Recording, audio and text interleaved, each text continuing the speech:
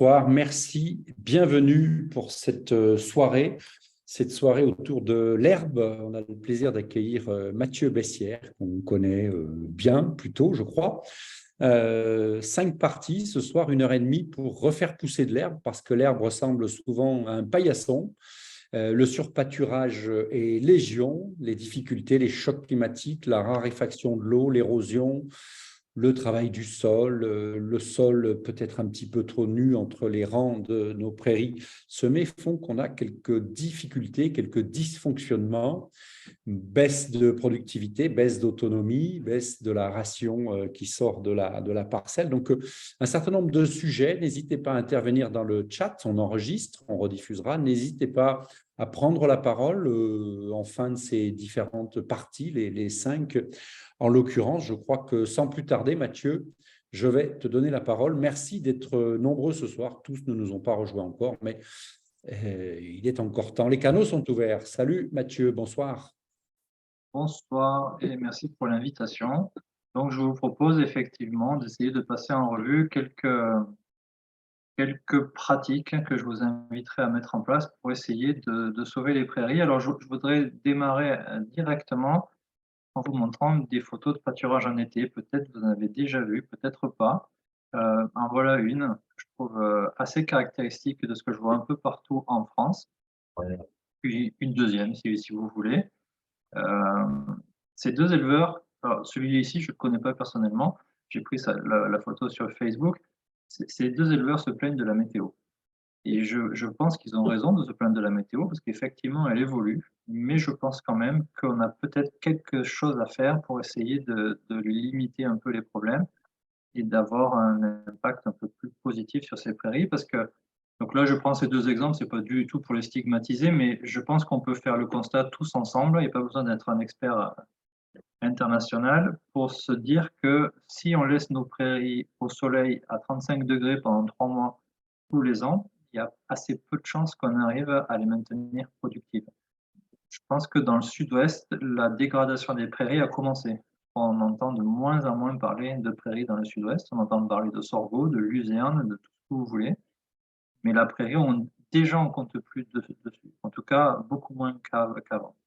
Et donc, c'est un peu le thème de la soirée. Comment est-ce qu'on modifie ça pour arriver à quelque chose d'un petit peu mieux? Et donc, je vous invite petit à petit à essayer d'apporter quelques solutions. La première, c'est de considérer qu'un système de pâturage, c'est 3 éléments. En tout cas, au départ, quand j'ai commencé à travailler sur le pâturage, ça fait 13 ans maintenant que je travaille sur le pâturage, au départ, on n'avait que ça à s'occuper, le sol, la plante et l'animal. Si on était capable de mettre en mouvement ces 3 éléments-là, de les mettre chacun dans les meilleures dispositions pour arriver pour que chacun puisse apporter le meilleur, on avait un truc qui fonctionnait. Donc l'idée, c'était que la principale entrée de ce cycle sol-plante-animal, c'est la photosynthèse. Donc les plantes fabriquent du sucre avec du soleil et du CO2. Et plus je suis capable de faire fabriquer du sucre à mes plantes, donc plus je mets du carbone dans mes plantes, et bien plus je nourris mes animaux, je nourris mon sol. Si je nourris mon sol, ça renourrit mes plantes. Et je rentre dans une spirale positive où plus ça pousse, plus ça peut pousser. Je ne vous fais pas le coup en agroécologie, on essaie de ressembler à la forêt, mais ça y ressemble bien un petit peu quand même. Plus ça produit, plus ça devient autonome et productif, et plus ça devient résilient.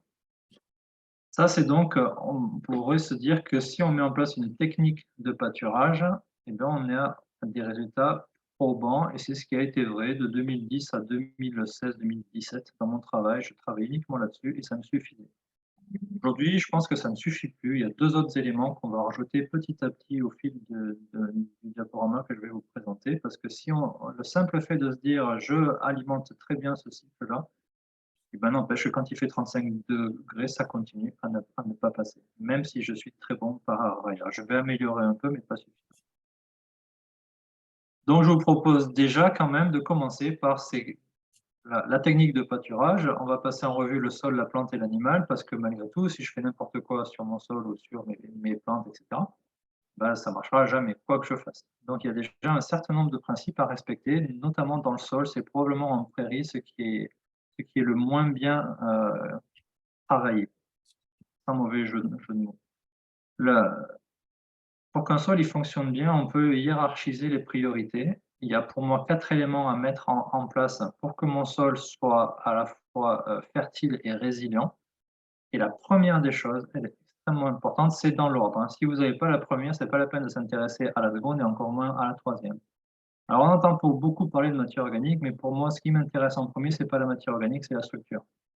C'est-à-dire que si votre sol il est compacté, que l'air ne rentre pas, que l'eau ne rentre pas parce que c'est compacté, vous n'avez pas suffisamment de porosité, ben, vous n'aurez absolument jamais de prairie productive. Je vous montre ici la différence entre la photo de gauche et la photo de droite. En termes de porosité, de décompaction, de possibilité d'habitat pour l'activité biologique, on est sur quelque chose d'extrêmement différent. Bien sûr, à gauche, tout va bien, avec un système racinaire très développé. Et à droite, là, pourtant, à droite, on est dans une région extrêmement herbagère. On est au sud de la Belgique. Et ici, l'herbe doit pousser toute seule. Et on se rend compte que l'herbe, en tout cas, ce système racinaire-là est très faible. Et puis, plutôt que d'avoir une terre en grumeaux qui tombe très facilement en secouant la motte de terre, on a un truc qui est pris en masse un petit peu. Alors, ce n'est pas le sol le plus compacté que j'ai vu, on peut faire bien pire, mais déjà, on voit bien qu'on est sur un truc qui est un petit peu limité. Jusqu'à encore pas longtemps, je pensais qu'en arrêtant de surpâturer, on allait nourrir l'activité biologique du sol. Donc, on allait avoir, en gros, pour faire simple, on allait avoir des vers de terre de partout et les vers de terre allaient décompacter mon sol. Et bien, en réalité, je me rends compte que ce n'est pas ça le vrai levier pour activer l'activité biologique parce que vous pouvez très bien avoir une prairie que vous surpâturez depuis 15 ans. Surpâturer la prairie, ça veut dire que vous laissez 3 cm d'herbe en dessus, donc vous avez 3 cm de racines en dessous et vous pouvez avoir une activité biologique qui vit dans ces quelques centimètres-là. Vous pouvez trouver facilement des vers de terre dans ces sols-là. Pour autant, dès la profondeur, il n'y a plus aucune porosité. Votre sol ne vit que sur 5 cm. Ce qui décompacte le sol pour de vrai, c'est ce que vous avez à gauche, c'est les racines. Donc à chaque fois qu'on va avoir des pratiques de pâturage qui vont faire que les racines ne pourront pas se développer.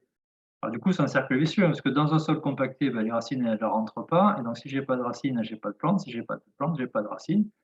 Parce que c'est uniquement parce que j'ai une herbe forte que ma plante va produire des racines. Le premier élément, ça va être de absolument maintenir la capacité de l'herbe à développer les racines. On verra tout à l'heure comment on s'y prend. Et puis le deuxième élément qui est extrêmement important aussi, c'est de comprendre que si mon sol est compacté parce que j'ai eu du travail du sol, le travail du sol est absolument catastrophique pour maintenir une structure de prairie. Alors, à quoi ça ressemble une prairie dont le sol elle ne fonctionne plus, elle a été compactée? C'est un truc comme ça. Là, vous avez un parfait exemple d'une prairie qui est totalement flinguée. Ça, c'est avant ça, il y a eu des années de labour maïs, labour céréales, labour 3 années de prairie, et je relaboure, etc. Ici, qu'est-ce qu'on a? On a ce que j'appelle des spots de bouse, c'est-à-dire qu'à chaque fois qu'une vache met une bouse sur la prairie, bah, cet endroit-là, ça pousse parce que l'herbe est enfin nourrie correctement. Par contre, à côté, s'il n'y a pas d'aide extérieure, l'herbe ne pousse pas. Ça veut dire que le sol est incapable de nourrir cette prairie. Là, on est dans un état avancé d'une prairie qui ne fonctionne plus du tout. Alors, il peut y avoir plusieurs leviers qui amènent à ça, mais le premier, c'est évidemment le sol qui est complètement bloqué. Les deuxièmes, on les verra un petit peu plus tard. On se retrouve du coup, à chaque fois qu'on a ce décalage entre l'herbe qui pousse dans les spots de bouse et l'herbe qui pousse à côté, on va avoir une herbe qui est beaucoup plus appétante là où il n'y a pas eu de bouse. Donc vous avez ici une herbe qui a été mangée et vous allez voir que pour moi ça c'est déjà du surpâturage et dans les spots de bouse, l'herbe qui n'a pas été pâturée. Là c'est le début de tous les problèmes. C'est-à-dire qu'ici vous allez faire des refus, vous allez faire du surpâturage, faire des refus, le tour d'après vous aurez encore plus de refus et vous avez un truc qui devient incontrôlable. Avec des sols comme ça, vous avez la part d'herbe qui pousse, le rapport entre l'herbe qui pousse et l'herbe qui est valorisée devient de plus en plus faible et donc on a un truc qui n'est pas du tout efficace. Les sols qui ne fonctionnent pas, ça nous amène des refus. Voilà une image bien caractéristique. Alors comment un sol est amené à se compacter? En fait, quand vous travaillez votre sol pour implanter la prairie, on va dire qu'on implante la prairie ici à gauche, pour mon semis, j'ai labouré, j'ai hercé, j'ai fait tout ce que j'avais à faire, j'ai semé au combiné, j'ai fait de la farine et j'ai semé ma prairie. Le fait d'avoir travaillé le sol, eh ben, j'ai créé de la porosité mécanique. Donc, porosité mécanique, pas de problème. Par contre, en faisant ça, j'ai détruit toute la porosité biologique, c'est-à-dire toutes les galeries de bestioles et toutes les galeries de racines ont été zigouillées par mon travail du sol. Mais du coup, première année, tout va bien. D'ailleurs, les 2 premières années, souvent les prairies sont très puissantes et ça pousse bien. On a l'impression que c'est parce qu'on a acheté de la semence chère que du coup, on en a une très belle prairie. Par contre, cette porosité mécanique, elle n'est pas du tout stable. Quand la biologie fait une galerie, elle prend le soin chaque fois de coller les parois de sa galerie avec de la matière organique. Les champignons, on connaît tous, on a souvent entendu parler de la glomaline. Quand une racine fait une galerie, elle met des exudats racinaires pour stabiliser. Toutes les petites bestioles qui se déplacent dans le sol, c'est souvent des bestioles qui ont du mucus sur elles et en se déplaçant, elles collent petit à petit de la matière organique. Donc, une galerie qui a été créée par la porosité biologique, elle est extrêmement stable. Vous pouvez la conserver longtemps dans votre sol. Par contre, votre porosité mécanique que vous avez fait avec votre charrue, celle-ci, à la moindre occasion, soit parce qu'il pleut, soit parce que vous repassez un tracteur dessus, soit parce qu'il y a une vache qui met son sabot dessus, tout ça, ça va s'écrouler très vite. Et donc, quand on avance dans le temps, au bout de 4-5 ans, vous avez perdu votre porosité mécanique et puis vous n'avez pas encore récupéré totalement la porosité biologique. La vitesse de récupération de cette porosité-là, ça va dépendre de vos pratiques, mais quoi qu'il en soit, on va être sur un temps relativement long pour la récupérer. D'ailleurs, très souvent, vous avez des éleveurs qui vous disent « moi, je refais mes prairies tous les 5 ans ». Les vendeurs de semences, ils ont même poussé le vice un petit peu plus loin, ils vous vendent des semences qui sont faites pour 5 ans. Les semences pour 5 ans, ça n'a pas de sens, en fait, parce qu'une graminée, elle a une espérance de vie de 2 ans. Donc c'est bien parce que vous êtes capable de faire renouveler les talles de votre prairie, soit par talage, soit en laissant grainer, que vous renouvelez la prairie. Mais si du coup vous avez une prairie au bout de 3 ans, c'est que vous êtes capable de renouveler des graminées. Donc charge à vous de les renouveler suffisamment et de leur mettre un sol suffisamment fertile sous les pieds pour maintenir votre prairie pendant 125 ans. Il n'y a pas de limite de durée de vie d'une prairie. Par contre, au bout de 5 ans, c'est là où la prairie est la plus moche. Et donc ensuite, on va continuer. Par contre, si vous continuez après 5 ans à bien travailler sur votre prairie, c'est qu'arriver vers, alors pour se donner une date, c'est difficile, mais 8, 9, 10 ans, c'est là que vous allez avoir votre prairie qui va prendre le maximum de puissance. Les meilleurs rendements que je connaisse, c'est les prairies longue durée sont très poussantes. Il y en a qu'on a tellement massacrées qu'il ne reste plus grand-chose. Par contre, à chaque fois qu'on a des prairies, on les appelle prairies naturelles si vous voulez, chaque fois qu'on a une prairie naturelle qui est très bien équilibrée avec un sol très fertile, c'est les meilleurs rendements que je connaisse. Et ça, on ne l'aura jamais avec des jeunes prairies. Donc, on a tous l'idée de je refais la prairie pour gagner du rendement, alors qu'en réalité, c'est tout à fait l'inverse. Pour moi, une prairie qui a moins de 5 ans, c'est une prairie qui est dans l'enfance, extrêmement fragile. Pourquoi une prairie qui a 15 ans, elle est plus puissante? On a souvent entendu les prairies naturelles, c'est des prairies qui poussent tout le temps. Pourquoi elles poussent tout le temps? En fait, c'est que, par exemple, la réserve utile en eau, c'est-à-dire la capacité du sol à stocker de l'eau quand il pleut, c'est les galeries de racines, essentiellement, qui permettent de stocker cette eau-là. Si vous labourez, vous explosez ça. Le fait d'avoir pendant 15 ans bien travaillé, mis beaucoup de racines dans votre sol avec des bestioles qui bougent dans tous les sens pour faire d'autres galeries, c'est ça qui va stocker votre eau. Donc on va avoir des prairies beaucoup plus puissantes que ces jeunes prairies qui ne fonctionnent pas. Alors du coup, on peut se dire, ouais, mais c'est une réflexion d'éleveur. Ok, j'ai des prairies de 5 ans, par contre, quand je fais un maïs derrière ma prairie, le maïs est magnifique. Et ouais, je suis d'accord, mais la prairie ne sera jamais magnifique. Alors du coup, c'est un peu dommage. Moi, j'invite petit à petit les éleveurs à arrêter de labourer les prairies parce que ça ne fonctionne pas. Si on veut des prairies de très bonne qualité, il va falloir les faire vieillir. Et donc, pour moi, le premier gros problème des prairies, c'est celui-là. À chaque fois qu'on casse une prairie, on fait une bêtise énorme. Et je peux vous assurer que des profils à la bêche dans les prairies, j'en ai fait un paquet. Et à chaque fois qu'on est sur des prairies de moins de 5 ans, on a à chaque fois des problèmes de structure. Ça ne m'est jamais arrivé de me dire, bah oui, là, tiens, tout va bien sur une prairie de 4 ans. Prairie de 4 ans, c'est toujours, j'allais dire le merdier, mais c'est le cas. C'est toujours problématique. Alors, du coup, il va falloir qu'on réfléchisse à comment on fait pour faire du maïs, pour faire des rotations avec le maïs, si on ne peut plus utiliser la prairie. Quelque part, là, ça sort de mes compétences, mais je pense qu'on peut trouver assez facilement. On peut utiliser, par exemple, des légumineuses pérennes, la luzerne, du trèfle violet, ce qu'on veut, qu'on pourra beaucoup plus facilement détruire sans travailler le sol. D'ailleurs, c'est beaucoup plus simple. Détruire une prairie sans travailler le sol, il va vous rester que le glyphosate. Sur une luzerne, avec un scalpage, un truc comme ça, on peut y arriver. Une luzerne, en plus, on peut la sursemer pour recharger et améliorer les rendements sur les fauches à venir. C'est un outil beaucoup plus plastique. Donc, on ne peut pas faire de luzerne partout, mais on peut utiliser d'autres légumineuses. Je pense qu'on a vraiment un coup à jouer là, mais j'insiste un peu, si vous continuez à labourer des prairies, vous n'aurez jamais de belles prairies. C'est impossible. Du coup, Au moins c'est clair. Au moins, c'est clair. On rentre ouais, un mais en peu dans le fait, vif du sujet. Y a-t-il des commentaires, des réactions, des oppositions, des suggestions, enfin, si tu veux bien, non, mais bien sûr, au contraire. puisque les choses sont dites et posées sur ce premier chapitre autour de la structure. S'il n'y en a pas, nous pouvons évidemment. Alors, bonjour Oui, Christophe dans la bonjour. Meuse. Bonjour. Souvent, on retourne nos prairies parce qu'elles sont plus productives alors qu'elles sont là depuis 15 ans, 20 ans ou plus. Ouais. Ben, je vais être un peu direct, mais si elles sont plus productives, c'est de votre faute. On va voir ça dans le 2 et dans le 3. Non, non, mais c'est vrai. Alors du coup, il ne faut pas croire que tout est gagné. Dire la structure du sol, on peut facilement faire cette analogie. Quand vous êtes sur vos cultures en général, vous travaillez le sol historiquement, vous labourez, et puis du jour au lendemain, vous décidez d'arrêter de labourer parce que vous avez suivi une formation avec Pierre-Paul Jacques. Vous dites, OK, j'ai compris, je ne travaille plus le sol. Là, vous savez très bien que les 5 premières années vont être difficiles parce que justement, il faut réacquérir la structure que vous n'avez pas. Mais même au bout de 5 ans, selon ce que vous allez réussir ou non comme couvert, selon l'année, la météo, ben, peut-être que votre sol il va quand même se trouver des fois en difficulté. La prairie n'échappera pas à ça. Une mauvaise année, une année un peu plus sèche que les autres, ça pousse mal et puis vous pouvez faire des erreurs. Un coup, j'ai surpâturé, un coup, j'ai fauché, il ne fallait pas, etc.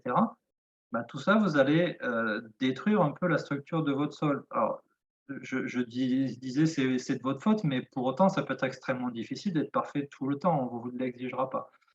Et ça veut dire que du coup, on peut essayer de s'habituer à réparer cette structure peut-être un peu plus régulièrement. Quand on s'aperçoit que la prairie commence à fatiguer un peu, ben, jusqu'à il n'y a pas longtemps, je vous aurais dit les aérateurs de prairie, c'est un truc qui ne sert pas, ça n'a jamais montré d'efficacité.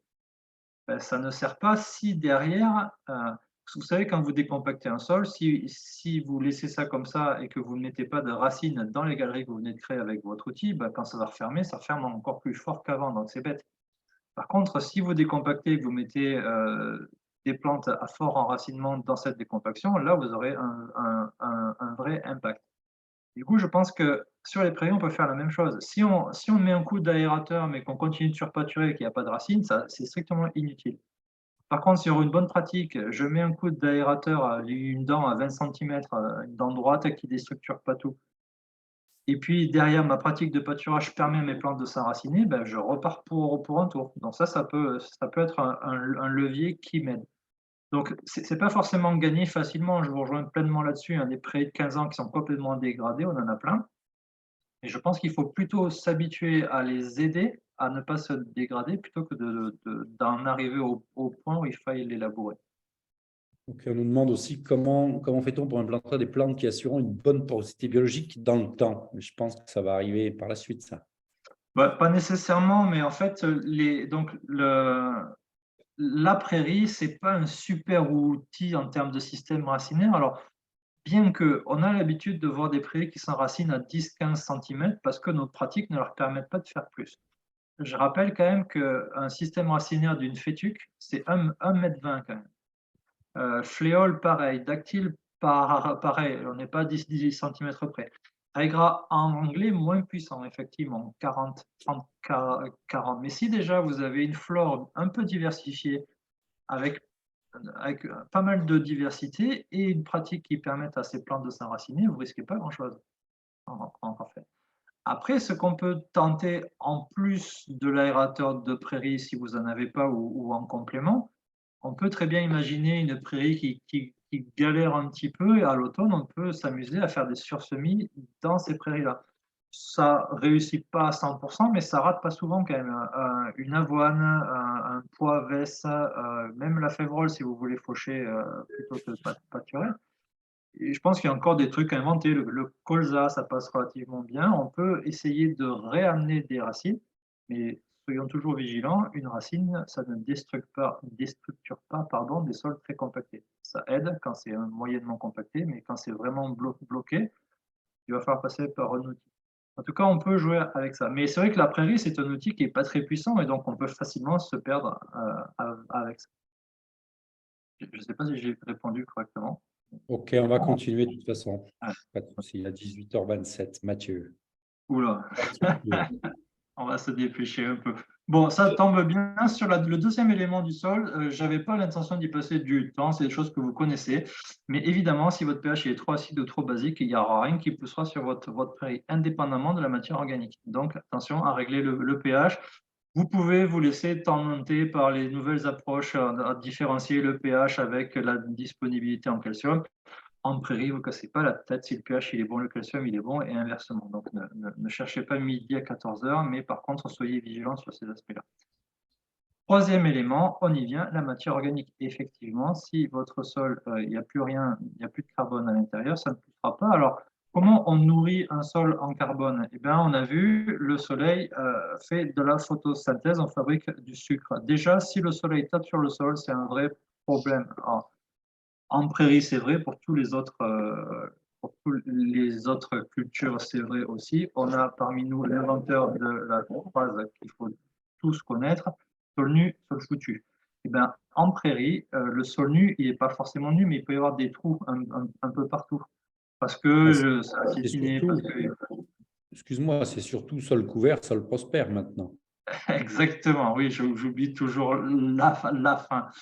Mais en prairie, si vous se mettez en ligne, par exemple, eh entre deux lignes, vous avez un trou. Ça, c'est pas normal. La prairie, plus elle est dense, mieux c'est. Bon, vous avez compris. Donc, je fais de la photosynthèse.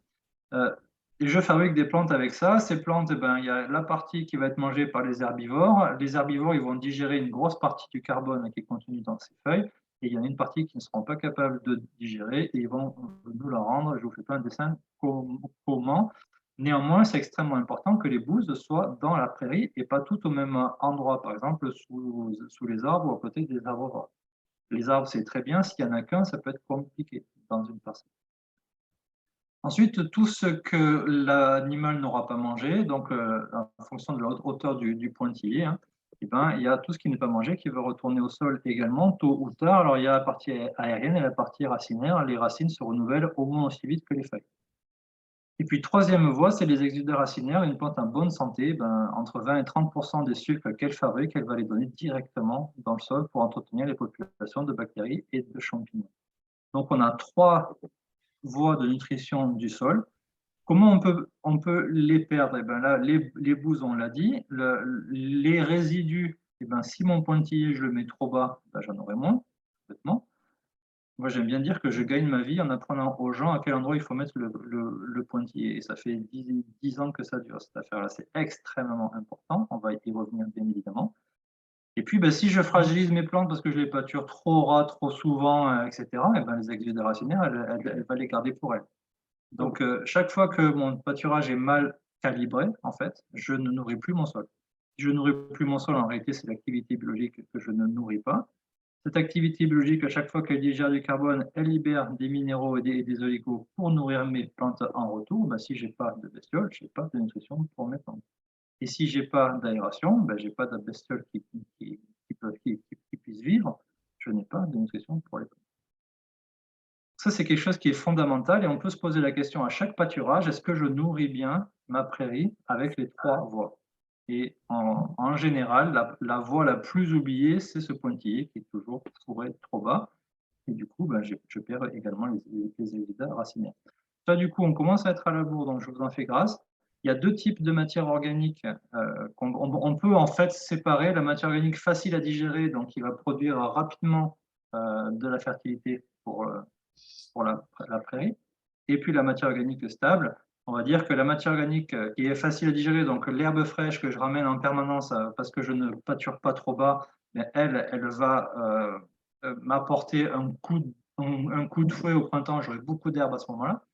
Et puis le fait d'avoir de la matière organique stable, donc plutôt des gros arrière-effets de matière organique qui se digèrent lentement, et bien ça c'est ce qui me permet d'avoir une herbe qui pousse tout le temps, comme on disait tout à l'heure.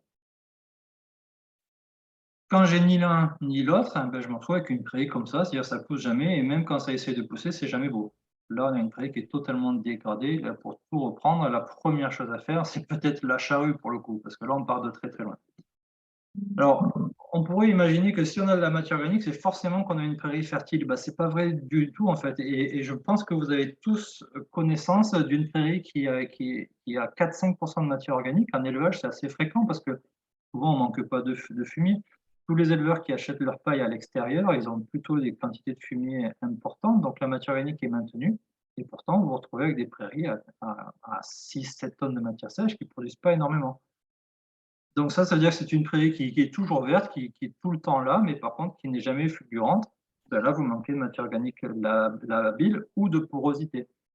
Et d'ailleurs, c'est à ça qu'on les reconnaît, ces prairies-là, c'est que cette prairie, vous prenez une charrue, vous labourez, vous faites un maïs. Le fait d'avoir labouré, vous avez ramené de l'oxygène, vous avez minéralisé toute cette matière organique qui était stockée, votre maïs va être magnifique. Ça, c'est un levier. Hein. Si votre prairie, elle est moyennasse et que quand vous labourez pour faire un maïs, le maïs est magnifique, bah, dites-vous, là, dans mon sol de prairie, il y a un problème, ça ne fonctionne plus. Et par contre, quand on arrive à avoir les deux matières organiques plus la porosité, et ben là, c'est assez facile à décrire ces prairies-là. C'est tout ce qui dépasse les 10 tonnes et qui pousse en permanence. Celle-ci, je vous la remontrerai un petit peu plus tard, mais là, c'est à l'automne, 8e tour de pâturage, pas un tracteur de l'année qui est rentré sur cette prairie. C'est-à-dire pas d'engrais, pas de feuilles de reflux, pas de fumier, strictement rien. Et là, on arrive à un truc qui devient vraiment intéressant et qui arrive assez facilement maintenant à concurrencer le maïs. Voilà, et puis si j'ai mes 3 premiers éléments, je peux commencer à m'intéresser au 4e. Et il se trouve que quand j'ai réglé mon problème de structure, mon pH et ma matière organique, le 4e, les intrants, ça ne me viendrait même pas à l'idée. Je voudrais passer pas un coup de gueule, mais je voudrais vraiment vous mettre en garde contre ça. J'ai vu ça encore, vous voyez, c'est pas vu, 13 janvier 2023 sur Internet, un magnifique article. Quelle date pour le premier rapport d'azote en prairie? Moi, j'ai rien contre cet article-là. Si avant, j'avais eu 25 articles pour m'expliquer comment décompacter un sol ou comment ne pas perdre la porosité. Or là, on ne s'intéresse pas du tout à ces choses-là qui sont pour moi totalement essentielles et on vient vous expliquer comment dépenser votre argent pour acheter de l'azote. Je trouve ça extrêmement énervant. Donc, je vous invite à mettre les choses dans l'ordre. Tant qu'on n'a pas réglé le surpâturage, on ne s'intéresse pas aux engrais, on enlève le surpâturage. C'est vraiment extrêmement important parce qu'en fait, il y a beaucoup d'éleveurs qui raisonnent un peu de cette manière-là. Donc, voilà. Vous avez compris ce que je veux dire. Je vais m'arrêter là si vous voulez. J'ai fini pour la partie sol. Si encore vous avez des réactions, on peut revenir plus tard aussi, hein, si ça vous vient plus tard, mais n'hésitez pas. Je peux encore passer un petit peu de temps.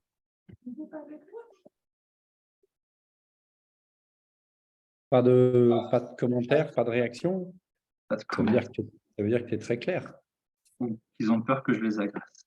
Ben ouais, c'est ça le problème. Mais non, si j'osais, je dirais que tu es gentil comme un agneau ou un mouton à l'herbe. C'est pas toujours, oui.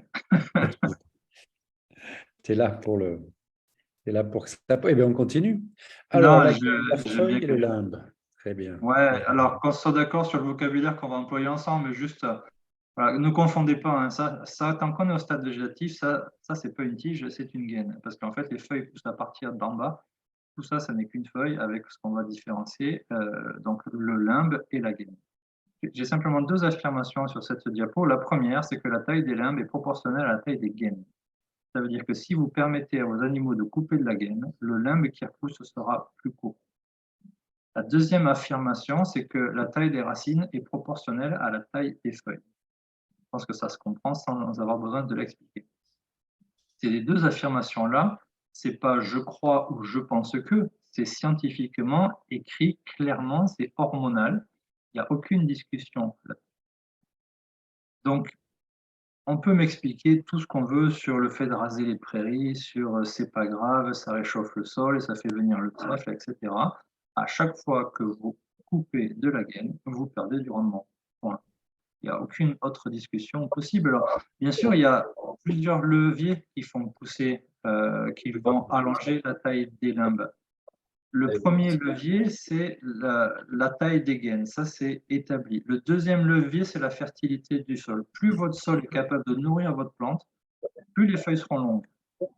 Donc, ça veut dire que Oui, c'est des gens qui viennent de s'installer là. Ouais, c'est un couple là. Ouais, je sais, c'est des problèmes. Ah, il y a un micro qui est ouvert. Vous pouvez bien faire attention, s'il vous plaît. S'il vous plaît, les micros ouverts, je ne sais pas si on peut les fermer à distance. D'accord. On va essayer. Je vais essayer de faire abstraction. Donc, première élément, donc voilà, la taille des limbes, c'est la gaine et la fertilité du sol. Donc, si vous avez un sol qui est très fort, parce que vous avez une prairie que vous avez très très bien travaillé, quand vous surpâturez, eh bien, votre prairie va vous pardonner votre surpâturage. Ça va se voir un petit peu moins. De la même façon, si vous surpâturez votre prairie et que vous mettez de l'ammonitrate, eh bien, l'ammonitrate va réparer votre surpâturage. Par contre, dites-vous aussi que si vous ne surpâturez pas avec un sol très fort, ben là, vous allez avoir une production qui va être extrêmement importante. Et donc, à chaque fois que vous rasez les prairies, vous créez un problème qui sera plus ou moins marqué en fonction de la fertilité de votre sol. Tu voudrais dire qu'on fauche trop bas et qu'on broute trop bas tout le temps? Ça veut dire ça? Ben, je pense que dans 97% des cas, c'est beaucoup. On est là. Ouais, c'est beaucoup, mais je crois bien qu'en formation, les gens que je voyais pour la première fois qui ne surpâturaient pas, je peux les compter sur le doigt d'une main. Parce que, en fait, mais c'est même pas la faute des éleveurs, en fait, c'est qu'il y a énormément de discours qui vont à travers de ça. Et il faut surpâturer pour abaisser le plateau de talage, et il y a toujours des bonnes mauvaises raisons pour surpâturer. Moi, ça fait 13 ans que je m'intéresse à cette question-là. Je n'ai jamais été pris en défaut une seule fois. Je n'ai jamais vu une situation où le fait d'avoir rasé, ça avait amélioré la prairie. C'est impossible. Ça n'arrivera pas. Si on est un petit peu comme dans d'autres plantes et si on considère que dans la gaine, il y a des réserves et du potentiel, on peut concevoir que ce soit un problème que de la couper, cette fameuse gaine. Oui, alors les réserves, elles sont dans les 2-3 cm au-dessus du sol. Donc, tu peux surpâturer sans attaquer les réserves. Par contre, hormonalement, tu n'auras pas de pousse de toute façon. Mais ça va au-delà parce que je pense que si vous êtes ici tous, vous avez déjà entendu parler de couverts végétaux et de nutrition du sol par les couverts végétaux. Comment peut-on imaginer qu'il faille faire pousser les plus gros couverts possibles pour nourrir le sol? Et par contre, on pourrait raser les prairies et tout irait bien. Ça n'a pas de sens, en fait. Chaque fois qu'on surpâture, on est en train de casser notre système. Donc, ça ne fonctionne pas. Alors, du coup, je vais vous proposer, si vous voulez bien, pardon, j'ai oublié cette partie-là. On pourrait se demander comment expliquer aux animaux qu'il ne faut pas couper de la gaine. Mais en réalité, je vais regarder ce que font les vaches, les brebis, les chèvres et les chevaux. Je n'ai jamais vu pâturer des chameaux, mais je suis sûr qu'ils font de la même façon. Les animaux, ils ne veulent pas couper de la gaine. C'est nous qui leur forçons à le faire. Si vous regardez n'importe quel animal pâturer une plante comme celle-ci qui est au stade 3 feuilles, premier coup de dent qu'ils vont laisser, ils vont vous laisser 2-3 cm de limbe au-dessus de la gaine. Ça coupe toujours à cet endroit-là. Même nous, à la main, quand on coupe, ça fait ça. Ici, ce pâturage-là va être hyper efficace parce que pour l'animal, c'est facile à couper. Il a une bonne bouchée à chaque fois, donc il va être extrêmement efficace. Il prend la meilleure partie de l'herbe, donc au niveau qualité nutritionnelle, on est excellent. Et pour la repousse, regardez, vous avez laissé ces petits bouts de limbe-là qui vont faire de la photosynthèse pour redémarrer. Ça ne paraît rien, mais mis bout à bout, vous avez déjà plus d'une demi-feuille, enfin plus d'un demi-limbe, pardon. Et puis votre sol, tout ça petit à petit va nourrir le sol. Et en plus, vous faites un petit effet parasol avec des bouts de limbe infléchis. Vous imaginez là, une prairie dense avec tous ces limbes-là, le sol, vous ne le voyez pas. Donc pour moi, le pâturage, il devrait s'arrêter là. C'est-à-dire qu'un vrai pâturage, c'est les animaux vont dans la parcelle, ils mangent une fois chaque brin d'herbe et ils sortent. Bien sûr, ce n'est pas des robots, on va voir, il peut y avoir des petits biais, mais globalement, c'est ce qu'eux, ils veulent faire quand même. Hein. Donc, vous n'allez pas croire que c'est si difficile que ça, parce que si vous observez bien, vous allez voir que c'est ce qu'ils font. Si je les laisse par contre trop longtemps ou que la parcelle était trop petite, eh bien, ils vont venir faire un deuxième passage contraint et forcé. Et sur ce deuxième passage, ils vont manger les 2-3 petits bouts de limbe qu'ils avaient laissés au premier tour. Ici, l'ingestion commence à baisser. La qualité va être encore relativement bonne, mais par contre, la repousse, vous voyez bien, plus de photosynthèse. Donc, ça va être uniquement sur la base des réserves que la plante a accumulées, qu'elle va repartir. Et puis, mon sol, je le protège moins, je le nourris moins. Ça, c'est ce qu'on va appeler un surpâturage modéré, mais c'est déjà un surpâturage. Et puis, troisième passage, si vraiment j'insiste, ben, mes animaux vont manger de la gaine pour de vrai. Hop là, pardon, j'ai fait un peu vite. Mes animaux vont manger ma gaine, et alors là, j'ai tout perdu. L'ingestion, on n'en parle pas. La qualité, on n'en parle pas. C'est plus dur. Mon sol, je ne le protège plus, je ne le nourris plus. Et ma plante, je la mets en situation de stress, qui fait qu'elle va faire des petites feuilles, elle arrête de faire des racines et elle dépile le plus vite possible. Ce qui fait qu'en plus, cette prairie-là, je vais avoir du mal à la gérer et je vais peut-être faire des refus le tour d'après. Donc voilà, en fait, tout le principe, il est là. Je vous disais, moi, je gagne ma vie en apprenant aux gens où mettre le pointillé, là, tout à l'heure, dans la diapo de tout à l'heure. Et bien, en fait, c'est juste ça. L'idée, c'est d'apprendre aux animaux, enfin, d'apprendre, de régler notre pâturage pour que les animaux mangent une fois et s'en aillent. Le problème, comme je vous dis, les vaches, les animaux en général ne sont pas des robots. Les animaux vont tout le temps surpâturer ce qu'ils aiment avant de toucher à ce qu'ils n'aiment pas. Donc, il va falloir qu'on soit vigilant sur l'homogénéité de ce qu'on donne à pâturer. Quand on fait un paddock, on ne fait pas n'importe comment. Il faut que du bon ou que du mauvais, mais jamais du bon et du mauvais dans une même parcelle, sinon ça ne va jamais pâturer correctement. Donc du coup, ben voilà par exemple ce qui peut être un magnifique surpâturage. Alors il y a 2 signes qui montrent que c'est du surpâturage. Le premier, il est facile à avoir. Vous pouvez voir un surpâturage à 300 mètres. C'est pour ça que je vous dis 97%, c'est que quand je passe en voiture, on peut le voir dès que ça change de couleur. À partir du moment où ça change de couleur, la couleur du limbe qu'on doit laisser, c'est ça, et ça, c'est la couleur de la gaine. Donc ça, surpâturage. Et le deuxième, qui est encore plus criant, c'est que toutes ces bêtes-là sont en train de manger de l'herbe qui a déjà été mangée une première fois. Donc, elles sont toutes en train de surpâturer. Ces animaux-là doivent sortir. Alors, il y a des refus, effectivement, mais regardez bien, là, la vache, elle en a fait tout le tour. Là, pour garder le meilleur pour la fin, c'est qu'elle n'aime pas ça. Elle ne veut pas. Là, il y avoir un spot de bouse, probablement. Ça veut dire que si je veux qu'elle mange ça, elle va me peler tout le reste. Donc, elle ne le fera pas, mis à part si je décide de massacrer la prairie. Donc là, en l'état, il n'y a plus rien à y faire. Après, ben, plus votre sol va être puissant, plus il y aura de l'activité biologique, plus la bouse va être dégradée rapidement. Et puis, du coup, le tour d'après, vous n'aurez pas de problème. Mais là, vous êtes en l'état, ces animaux doivent sortir obligatoirement. Donc, à quoi ça ressemble une hauteur de sortie? Ben, il faut que ce soit moche. Souvent, les éleveurs, ils aiment bien quand en sortie de pâturage, les parcelles soient propres, il n'y ait pas de refus. Si c'est propre et qu'il n'y a pas de refus, c'est du surpâturage très, très lourd. Là, ici, regardez, tout a été mangé. Alors, on pourrait chipoter un peu, peut-être qu'au fond, il en reste un petit peu ici. Mais regardez ici, elles en ont fait tout le tour. Elles n'ont pas mangé, elles ne le mangeront pas. Donc, il ne faut pas insister. Ici, on voit bien ici, voilà, ce que moi je recherche, c'est ça, cette vision-là, c'est que tous les brins d'herbe ont été mangés une fois. C'est bon, c'était exactement la hauteur. La hauteur en centimètres, je m'en contrefous, c'est l'animal qui décide. Il est bien meilleur que nous pour savoir. Par exemple, cette photo-là, c'est probablement la meilleure que je puisse vous montrer en hauteur de sortie. Tout a été mangé. Vous voyez bien que le sol est extrêmement bien protégé. Tout va bien pour ce pâturage-là. Alors, on peut avoir peur parce que là, par exemple, vous avez un éleveur de Mayenne, les vaches étaient là la nuit, elles n'y retourneront pas. C'est sa hauteur de sortie.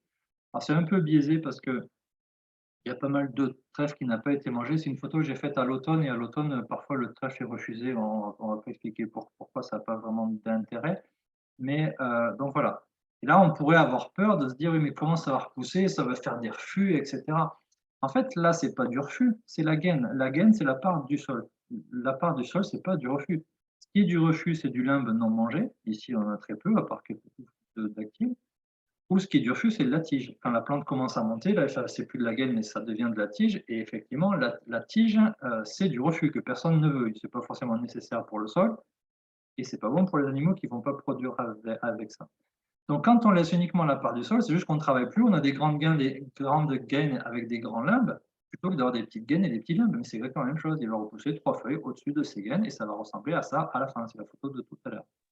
Ce n'est pas la même parcelle parce que j'ai fait toutes les photos le même jour. Ça, c'est ça repousse. Là, on est au stade 2 feuilles. Ce n'est pas encore tout à fait bon à manger. Et ici, on arrive à 3 feuilles. Ça, c'était en 2017, mais chez cet éleveur-là, vous pouvez y aller en 2018, 19, 20, 21. Tous les ans, c'était exactement pareil.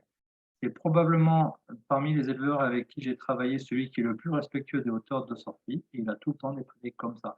Ce que vous voyez ici, c'est que justement, on ne voit pas de spot de bouse. Et ça, c'est extrêmement important. C'est-à-dire que le fait de ne pas surpâturer, que l'herbe pousse dans une bouse ou que l'herbe ne pousse pas dans une bouse, elle arrive à la même hauteur à la fin.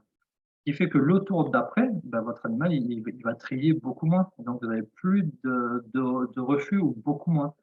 Donc, vous améliorez fortement, je vous ai parlé tout à l'heure du rapport entre l'herbe qui pousse et l'herbe qui est valorisée. Ici, vous êtes très, très proches l'un de l'autre. Donc là, on a un vrai pâturage qui devient extrêmement performant. Ces prairies-là, alors on est en Mayenne sur une zone où l'herbe est plutôt, la météo est plutôt privilégiée. Et là, on est au 8e tour de pâturage, vous avez 1 tonne 3, 1 tonne 4 à chaque tour, donc on dépasse très allègrement les 10 tonnes. Il n'y a pas de problème, et ce n'est pas le dernier tour de. Donc c'est ce qu'on doit rechercher. Alors parfois on me dit oui, mais les moutons ça rase. Mais les moutons ça rase pas, c'est parce que les moutons savent très bien raser. Et si vous calculez correctement votre chargement instantané, ça ne raserait pas. Ça a été pâturé par des moutons, il n'y a pas de surpâturage. Simplement, si vous les laissez plus longtemps, elles peuvent effectivement surpâturer, mais sinon ils ne le font pas. Et donc, bon, pour l'instant, on parle de théorie, on est encore en théorie, mais on pourrait se poser la question, par exemple, est-ce que ce paddock-là était surpâturé ou non? Et bien, vous voyez que oui, en fait. Toutes ces zones claires, là, c'est des zones de surpâturage. Alors, encore une fois, les vaches ne sont pas des robots, il va falloir tolérer parfois qu'il y ait quelques zones dans la parcelle qui sont un peu rasées pour que tout soit optimisé au maximum. Mais là, déjà, vous pouvez constater que ces animaux-là ont fait du surpâturage. Et pourtant, c'est moche, hein, vous voyez, il y a plein de trucs qui n'ont pas été mangés. Alors, l'idée, c'est que ça, le tour d'après, on gagne en homogénéité et puis ce soit consommé correctement. Ensuite, je voudrais vous montrer quand on coupe un brin d'herbe, donc admettons qu'on était à un stade de 2 feuilles et demie, donc il y a 2 feuilles qui avaient terminé de pousser et puis une feuille qui avait fait la moitié du chemin à peu près. Quand vous coupez cette talle-là, et tous les jours, ça continue à pousser. En fait, la feuille qui n'avait pas fini de pousser, elle finit ce qu'il lui restait de faire. Elle ne fera plus la taille qu'elle aurait faite si on n'avait pas coupé, mais elle finit. Donc, vous avez là toutes les photos, il y a 24 heures d'écart. Donc, dès le lendemain, 2 jours, 3 jours, 4 jours. L'idée, c'est que, comme on l'a vu, même si on a très bien travaillé, vous voyez ici, hein, il y a un peu de photosynthèse pour que la plante puisse redémarrer. Ce redémarrage, il se fait aussi en partie avec les réserves de la plante. Donc, la plante, elle puise dans ses réserves pour faire cette première feuille, et cette feuille va faire de la photosynthèse, et on va pouvoir remplir le réservoir. Si vous permettez à vos animaux de venir manger cette repousse, tout l'effort que la plante a fait pour en arriver là, elle va recommencer à zéro, alors que le réservoir est un peu moins rempli.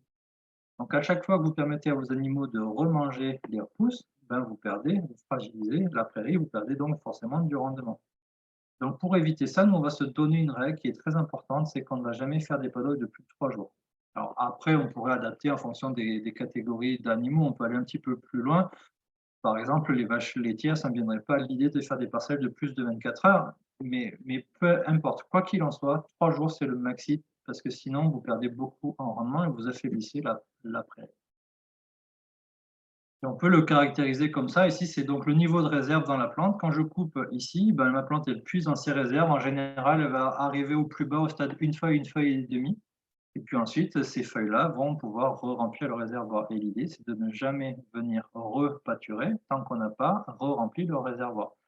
Et ça, on va le trouver à peu près au stade 3 feuilles. Alors, on ne va pas rentrer dans tous les détails ce soir sur comment on compte le nombre de feuilles, etc. On pourra le faire, si vous voulez, facilement à la fin, mais pour l'instant, je n'ai pas prévu trop d'en parler.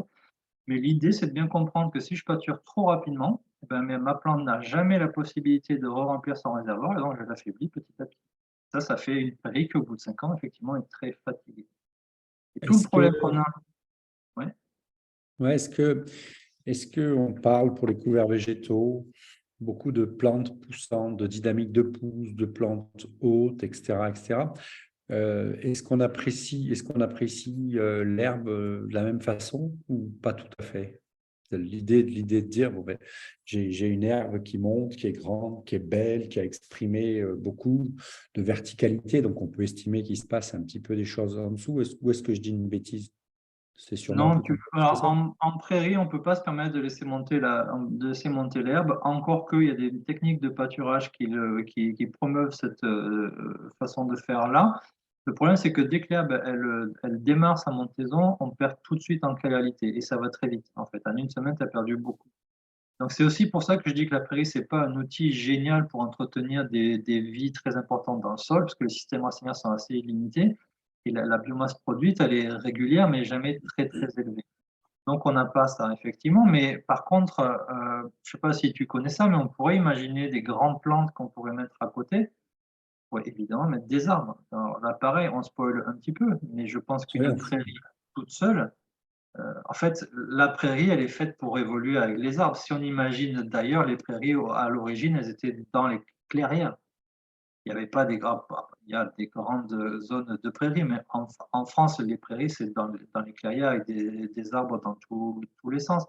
Et d'ailleurs, la plupart de nos herbivores, ils aiment bien manger des feuilles d'arbres également. Je pense que c'est plutôt comme ça qu'on va en sortir avec la prairie. Mais la prairie en elle-même, non, on n'aime pas trop laisser monter, on va laisser au stade végétatif. Ce n'est pas du tout un problème pour le renouvellement des prairies parce que par talage, la prairie elle se renouvelle autant de fois qu'on veut, donc on n'a pas besoin de la laisser grainer. Et il faut par contre bien tenir notre stade végétatif. Alors, du coup, l'idée, ce sera à chaque fois de se dire, je viens pâturer à hauteur de ma gaine et puis j'attends entre 2 feuilles et demie et 3 feuilles que ma plante est repoussée et donc reconstituer mes réserves. Tout le problème qu'on va avoir, et ce pourquoi on a appelé ça pâturage tournant dynamique au départ, le mot dynamique, on l'a choisi parce qu'en fait, on a un temps de repos à respecter et que ce temps de repos, il n'est jamais le même. Donc, dynamique, ça veut dire j'accélère ou je ralentis ma rotation de sorte que les animaux tournent à la même vitesse que l'herbe pousse. Plus l'herbe pousse vite, plus je tourne vite, plus l'herbe pousse lentement, plus je tourne lentement. Et ça, parfois, c'est d'ailleurs à l'inverse de ce qu'on peut trouver sur le terrain. Que souvent, vous avez une forte pousse d'herbe dont vous vous faites dépasser, donc les animaux vont tourner lentement parce qu'ils ont du mal à tout manger. Et puis à l'inverse, quand ça pousse peu, il y a peu d'herbe devant nous, donc on tourne très vite parce qu'on est obligé pour nourrir les animaux. C'est une pratique qu'on va essayer d'optimiser en prévoyant les choses et en faisant donc l'inverse. Voilà sur la partie graminées, j'ai été peut-être un peu vite, je m'en excuse. S'il y a des choses qui sont peu claires, n'hésitez pas, je vois qu'il y a des chats. Juste pour dire que Non, pas plus que ça, non, non. pas plus Si que vous ça. avez, n'hésitez pas, hein, chat, micro ouvert, sinon, Oui, on ouvrez le continue. micro, c'est aussi simple que le chat. Les Allez, animaux. je continue et ça m'arrange parce que je ne suis pas hyper lent. Bon, du coup, on a fait le sol, la plante. On va essayer de regarder un peu ce qui se passe avec les animaux. Alors, hop, il faut bien se convaincre que ces animaux-là, ils ont une herbe à bonne hauteur. Ils arrivent là pour la première fois. Je coupe, j'avale. Ils vont être extrêmement efficaces. Je vois ce que Pascal t'a ouvert le micro. N'hésite pas à me couper si tu as besoin si tu as envie de me parler. Sinon, ça va. Non, ok, d'accord. Donc, ça, c'est le vrai pâturage. Si vous avez tous travaillé avec des animaux un jour et que vous avez avancé un fil électrique, vous avancez le fil, là, les bêtes, elles se jettent sur l'herbe et là, elles sont extrêmement efficaces. Je coupe, j'avale, ça fonctionne très, très bien. À l'inverse, pardon pour le son, ça ressemble à du pâturage, mais c'est du bricolage. Là, les vaches, elles sont extrêmement peu efficaces. Chaque bouchée, c'est une micro-bouchée, donc les animaux, ils dépensent énormément d'énergie pour ramasser très peu. Alors, le fait qu'il faille quand même qu'ils remplissent la panse, ils vont manger un petit peu plus longtemps que d'habitude, mais ça ne compensera jamais. La différence d'ingestion entre les deux diapositives est de l'ordre de 20 à 30%. Donc, quand on veut rechercher de la performance animale, on n'a pas tellement le choix que de faire l'autre. Alors, attention, parce que des fois, ça peut être interprété à l'envers. Ici, quand vous pâturez une herbe jeune, même si elle est courte, c'est une herbe qui est extrêmement riche parce que c'est juste de la repousse. Donc, vous êtes très faible en cellulose et vous exposez tout en énergie et en azote. Donc, le fait que les animaux en mangent un peu moins, mais c'est du coup très haute valeur nutritionnelle, vous pouvez vous satisfaire d'une production qui va être relativement moyenne, mais qui ne sera pas nulle, loin s'en faut. À l'inverse, si ici, vous vous trompez un peu sur les stades, on verra tout à l'heure que entre une bonne herbe et une herbe très moyenne, il y a une semaine d'écart environ. Donc, si votre rotation est mal calibrée, vous pouvez très bien avoir une ingestion relativement bonne, mais avec une qualité d'herbe qui est faible. C'est beaucoup plus dangereux de pâturer comme ça, parce que la moindre erreur, vous allez la payer. Alors qu'ici, vous avez que ça, tout le monde est capable de le faire à peu près. Donc, vous pouvez avoir de la régularité. Donc, ce n'est pas du tout une source de qualité, une garantie de qualité que de vouloir faire ce pâturage-là. Il faut être très précis. Chaque erreur, on la paye. Mais par contre, ici, eh ben, chaque fois qu'on réussit, on a la quantité et la qualité qui vont ensemble. Ici, on aura la qualité à peu près. Par contre, la quantité à la fois de l'ingestion et à la fois de la production de la prairie, là, vous n'oubliez pas. On n'y arrivera pas. Hop. Alors, juste pour vous montrer à quel point la précision est importante, la précision du pâturage. Alors, je vais aller vite là-dessus, mais sur chaque ligne, vous avez une prairie qui a été mesurée. Enfin, on a fait une analyse d'herbe à chaque fois que les animaux rentraient dans la parcelle pour pâturer. Et ici, vous avez la valeur en énergie, la valeur en UF. J'espère que tout le monde est à peu près à l'aise avec cette notion-là. On peut dire c'est une valeur, chaque fois qu'on est au-dessus de 1, on est sur une valeur très élevée. Et donc, vous avez ici la valeur en UF au moment du pâturage, et puis en vert, ici, le temps de repos entre deux pâturages sur cette même parcelle. Là, sur les 6 lignes, vous n'avez que des éleveurs qui ont réussi à conserver la qualité de leur herbe. Toutes les valeurs sont au-dessus de 1 UF, c'est-à-dire une herbe qui permet des performances élevées. Vous voyez que, je vous disais tout à l'heure qu'il faut faire varier la vitesse de rotation à la vitesse, avec la vitesse de pousse. Ben, cet éleveur-là, un UF13 au premier pâturage, 30 jours de rotation, un UF15. On arrive au pic de pousse en mai, et cet éleveur, il s'adapte et il fait une rotation courte, 21 jours, et tout va bien.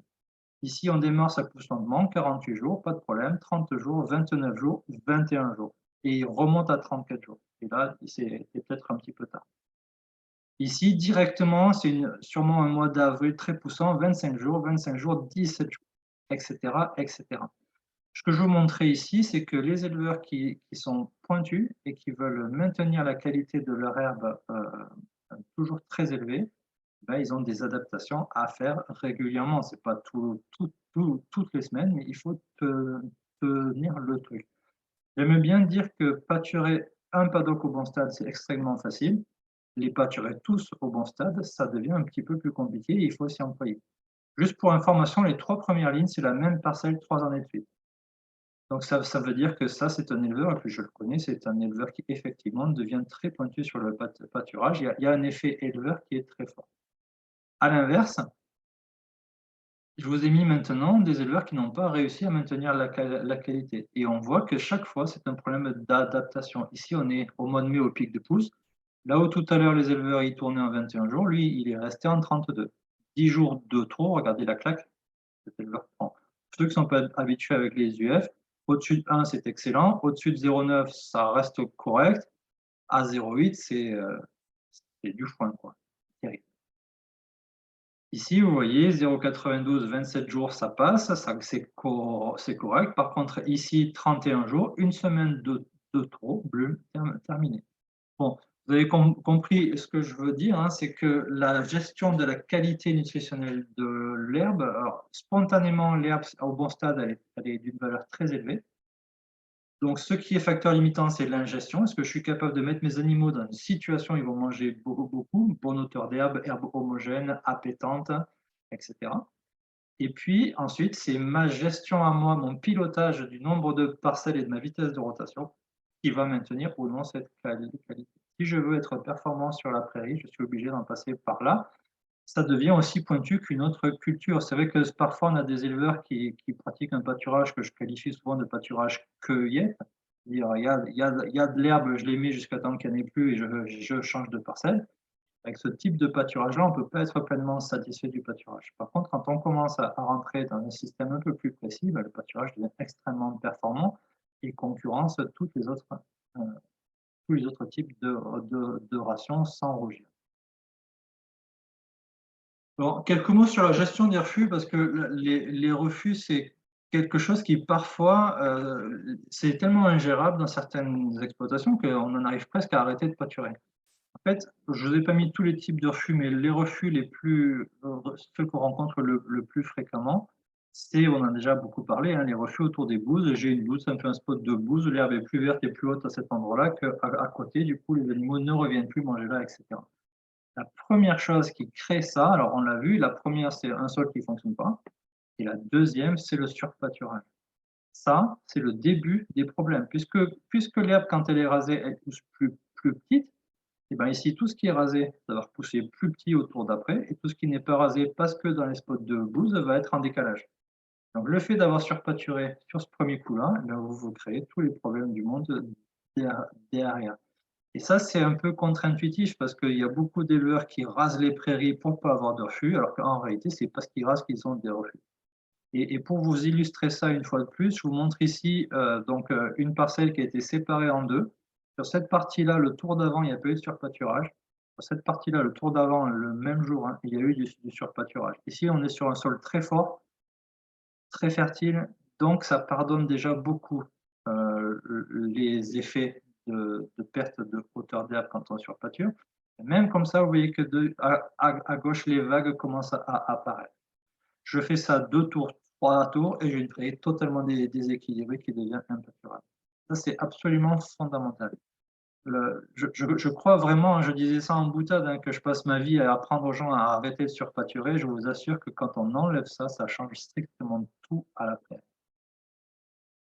Et puis quand on gère rien, ben on arrive à un truc comme ça. Alors effectivement, un truc comme ça, on se dit, ouais, le pâturage, ça n'a pas vraiment d'intérêt. Et si les animaux, je ne sais pas si ils ont des objectifs de production très élevés, mais là, il n'y a aucune chance de les atteindre.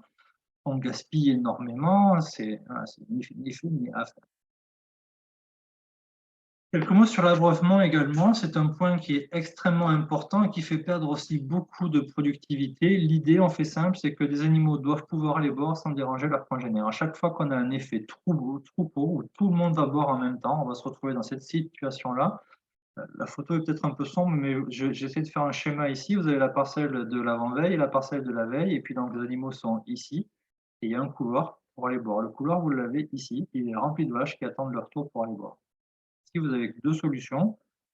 Soit il y a des vaches qui ne boiront pas, et ça va être le cas ici, hein, parce que là c'est une photo, mais ça aurait été une vidéo, ça ne bougeait pas plus. Très souvent, vous avez des vaches dominantes ici qui ont bu, elles, et qui attendent tranquillement à côté de l'abreuvoir, qui empêche tout le monde de passer. Donc ça veut dire que toutes les autres, elles ne boiront pas, et en plus, pendant ce temps-là, elles ne sont pas en train de manger. Alors là, on est en fin de matinée, donc de toute façon, elles n'auraient peut-être pas mangé, mais globalement, dès qu'il y a un effet troupeau, soit ça boit moins, soit ça mange moins, soit les deux, mais vous avez toujours un souci. Quand on est avec des animaux laitiers ou même des animaux qui allaitent leurs petits, hein, pas d'eau, c'est pas de lait. C'est aussi simple que ça, hein. Là, en vache laitière, vous pouvez perdre 3-4 litres de lait très facilement juste parce que les abreuvoirs ne sont pas au bon endroit. Voilà, je passe très vite sur la partie animaux. Alors, ce n'est pas forcément la partie animaux qui vont nous permettre de sécuriser l'avenir des prairies. Par contre, si on veut continuer à vouloir compter sur les prairies, eh bien, il faut absolument être capable de mettre les animaux au bon endroit au bon moment. C'est un peu comme quand on plante des arbres. Le bon On arbre au avait bon endroit. justement, puisque tu parles d'arbres, Mathieu, on a une question, mais on y reviendra un petit peu après, de Valentin sur la question des arbres, intraparcellaires ou pas, pour protéger de la pousse de l'herbe en été, puisque Valentin n'aurait pas ni de micro ni de vidéo. D'accord. Bon, Je pense que ce serait presque à toi de répondre à cette question, mais je crois commencer à comprendre un peu ta façon de fonctionner. Il nous faut des arbres en périphérie et en quantité pour casser le vent. Combien de fois j'ai entendu, il a fait 10 mm, mais il a fait du vent dès le lendemain, ça a poussé séché. Jusqu'à quand est-ce qu'on va tolérer ça dans cette phrase-là? Donc, il nous faut effectivement une haie très forte en brise-vent. Et après, il nous faut du parasol, parce que la prairie, il faut la mettre à l'ombre. Et donc, en parasol, je pense qu'Alain, je sais ce que tu préconises, puisqu'on fait des formations ensemble sur le pâturage agroforestier, c'est un arbre tous les 8 mètres. Et je pense qu'on peut, même si on a envie, on peut s'amuser à faire plus. Je te vois avec un petit sourire, à minimum un arbre tous les 8 mètres. Les pré-vergers normands, c'est tous les combien? Tous les 4? 5-6 selon l'orientation, selon un certain nombre il n'y a pas de recette, mais c'est vrai que microclimatiser les parcelles, ça peut devenir un sujet important, de rappeler de l'importance de l'hétérogénéité. De pourtour suffira pas dans beaucoup de régions, ça, il n'y a pas de doute. Et puis, il y a aussi la question du fourrage complémentaire que l'on Alors, peut ça, faire. c'est une question intéressante. Et si vous voulez, on fait un calcul ensemble. Allez, Parce que allons-y. je crois qu'il y a beaucoup d'éleveurs qui n'imaginent pas encore l'intérêt que ça pourrait avoir l'arbre fourragé. On va s'imaginer qu'on a 60 vaches laitières, si vous voulez. Et moi, je les fais pâturer une bonne partie de l'année. Je leur donne une bonne surface accessible. Donc, je vous fais un calcul très rapide, si vous voulez. J'ai 60 vaches laitières. Je veux qu'elles mangent 20 kg de matière sèche d'herbe pâturée tous les jours. Je sais qu'elles ne mangeront pas 20, mais si je leur en mets 20 devant le nez, elles auront une très bonne ingestion. D'accord? Et j'ai des prairies qui sont de bonne qualité. Donc, à chaque tour de pâturage, chaque hectare m'offre 1200 kg de matière sèche. Je fais 60 fois 20 divisé par 1200. Il me faut 1 hectare par jour. Je sais qu'une rotation moyenne tout au long de l'année, c'est environ 30 jours. Donc, en gros, il me faut 30 hectares pour nourrir mes vaches au pâturage de manière très satisfaisante. En gros, je ferme le silo du 1er avril jusqu'à ce que ça grille en été. Et à l'automne, j'ai encore un mois et demi, 2 mois si ça repousse, de plein pâturage. 30 hectares en 30 paddocks de 1 hectare. 1 hectare, c'est 100 mètres sur 100 mètres. Donc, si je fais le périmètre d'un hectare, c'est 400 mètres. Et chacun de mes paddocks est mitoyen avec le paddock d'à côté. Donc, je ne vais pas mettre 400 mètres de haies, je vais en mettre que 200 par hectare. 200 mètres, 200 arbres, ça te va, Alain? Oui, tout me va, moi. Tout me va depuis Tout que. te va. Allez, qu'on a 200 arbres à inventé. l'hectare en périphérie. Et puis, on va rajouter 100 arbres de plus à l'intérieur. Un arbre tous les 8 mètres, ça fait 120 arbres, je vous en mets que 100. Donc, ça fait 300 arbres par hectare. Fois 30 hectares, ça me fait 9000 arbres. Là, effectivement, il va falloir se mettre à les planter. Et j'ai 9000 arbres sur 30 hectares. Tous les combien je peux les tailler à l'un? Tous les 5 ans ou moins? Oui, on va dire en 5 ans en moyenne, puis on va phaser, on va faire une rotation. C'est ce qu'on retrouve à peu près dans les systèmes agroforestiers type DSA en Espagne. C'est à peu près ces volumes et ces densités-là, oui. Ok, donc 9000 arbres divisé par 5, ça me fait 1800 arbres par an. Je divise par mes 60 vaches, ça me fait 30 arbres par vache. Ça nourrit un peu quand même. Hein. Ça veut dire que, alors moi je pense qu'on ne va pas donner 100% de l'arbre à manger à des vaches, encore que je n'en sais rien. Et on imagine le mois de juin où ça commence à sécher un peu, il faut que je rallonge mes rotations, mais je n'ai pas forcément beaucoup de paddock à rajouter. Ben, je peux faire mi-ration herbe, mi-ration arbre, et je double ma vitesse de rotation. Au lieu de tourner en 30 jours, je peux tourner en 60 si je veux. Alors tous les jours, j'ai des arbres à tailler, sauf si je fais des mini-trognes, on ne va pas rentrer dans tous les détails. Et en tout cas, on a là un levier qui est extrêmement important. Ce même arbre qui vous coupe du vent et qui vous fait de l'ombre à vos prairies et à vos animaux, en plus, il nourrit assez allègrement parce qu'un arbre qui a repoussé depuis 5 ans, une vache, elle peut s'amuser dessus quand même. On est d'accord, Alain, que ça la nourrit quand même. Ah oui, bien sûr. Donc, je crois que Il y a du vraiment, potentiel. il faut pas minimiser l'impact, en fait. Alors, planter 9000 arbres, bon courage, il va falloir se lever tôt. Mais avec quelques packs de bière et des saucisses sur un barbecue, on peut inviter les voisins et ça peut se faire. Je sais Oui, pas, j'ai vu on verra si on déborde ou pas. On est là jusqu'à 19h30. Est-ce qu'on doit parler d'agroforesterie peut-être un petit peu? moi, On je vous peut. compte juste l'effleurer à la fin parce que Oui, ça continue, va pas on faire. l'effleurera. Faut en garder pour demain. Ah mais non, demain, n'oublie pas qu'on a une formation demain. Ouais, demain, on recommence. Bon, allez, je continue s'il n'y a pas plus de questions. S'il y en a, ouvrez les micros et posez des questions. Ouais, on va la faire simple. Ouais, vive les Quelques mots chantiers sur les. collectifs, ouais, absolument. Ouais, Ça, c'est sûr. Ça s'appelle une corvée et on mange le sanglier, le chevreuil en trop dans la prairie. Enfin bon, voilà. allez, vas-y. Allez, je continue un peu sur les parcelles de fauche. Alors, j'ai pas beaucoup l'habitude de travailler sur les parcelles de fauche. Je voudrais juste vous montrer quelques petits trucs. La hauteur de fauche, bien évidemment, est extrêmement importante, de la même façon que sur le pâturage. Ici, vous avez donc Quand on est allé voir cet éleveur-là, il était en train de faucher. Alors la photo est super mal faite, mais vous voyez à la hauteur qu'il fauchait là, tout sur la partie complètement à gauche. Et puis on lui a dit, bah, tiens, sur cette zone-là, essaie de faucher un peu plus haut pour voir ce que ça va faire. Et donc on a fauché à peu près à 10 cm. Comme vous voyez là, vous voyez l'effet que ça fait au niveau de la couleur. Hein. On revient sur les mêmes repères visuels. Et on revient 35 jours plus tard avec tout ce qu'il a dans la parcelle qu'il a fauché trop bas. Donc vous voyez, on a des gaines de 5 cm et des limbes qui vont faire 30 étirées. Et puis là où il n'a pas fauché trop bas, on a des gaines de 10 cm avec des limbes beaucoup plus longues. Ça marche absolument à tous les coups, que ce soit par pâturage ou par fauchage, c'est tout le temps la même chose.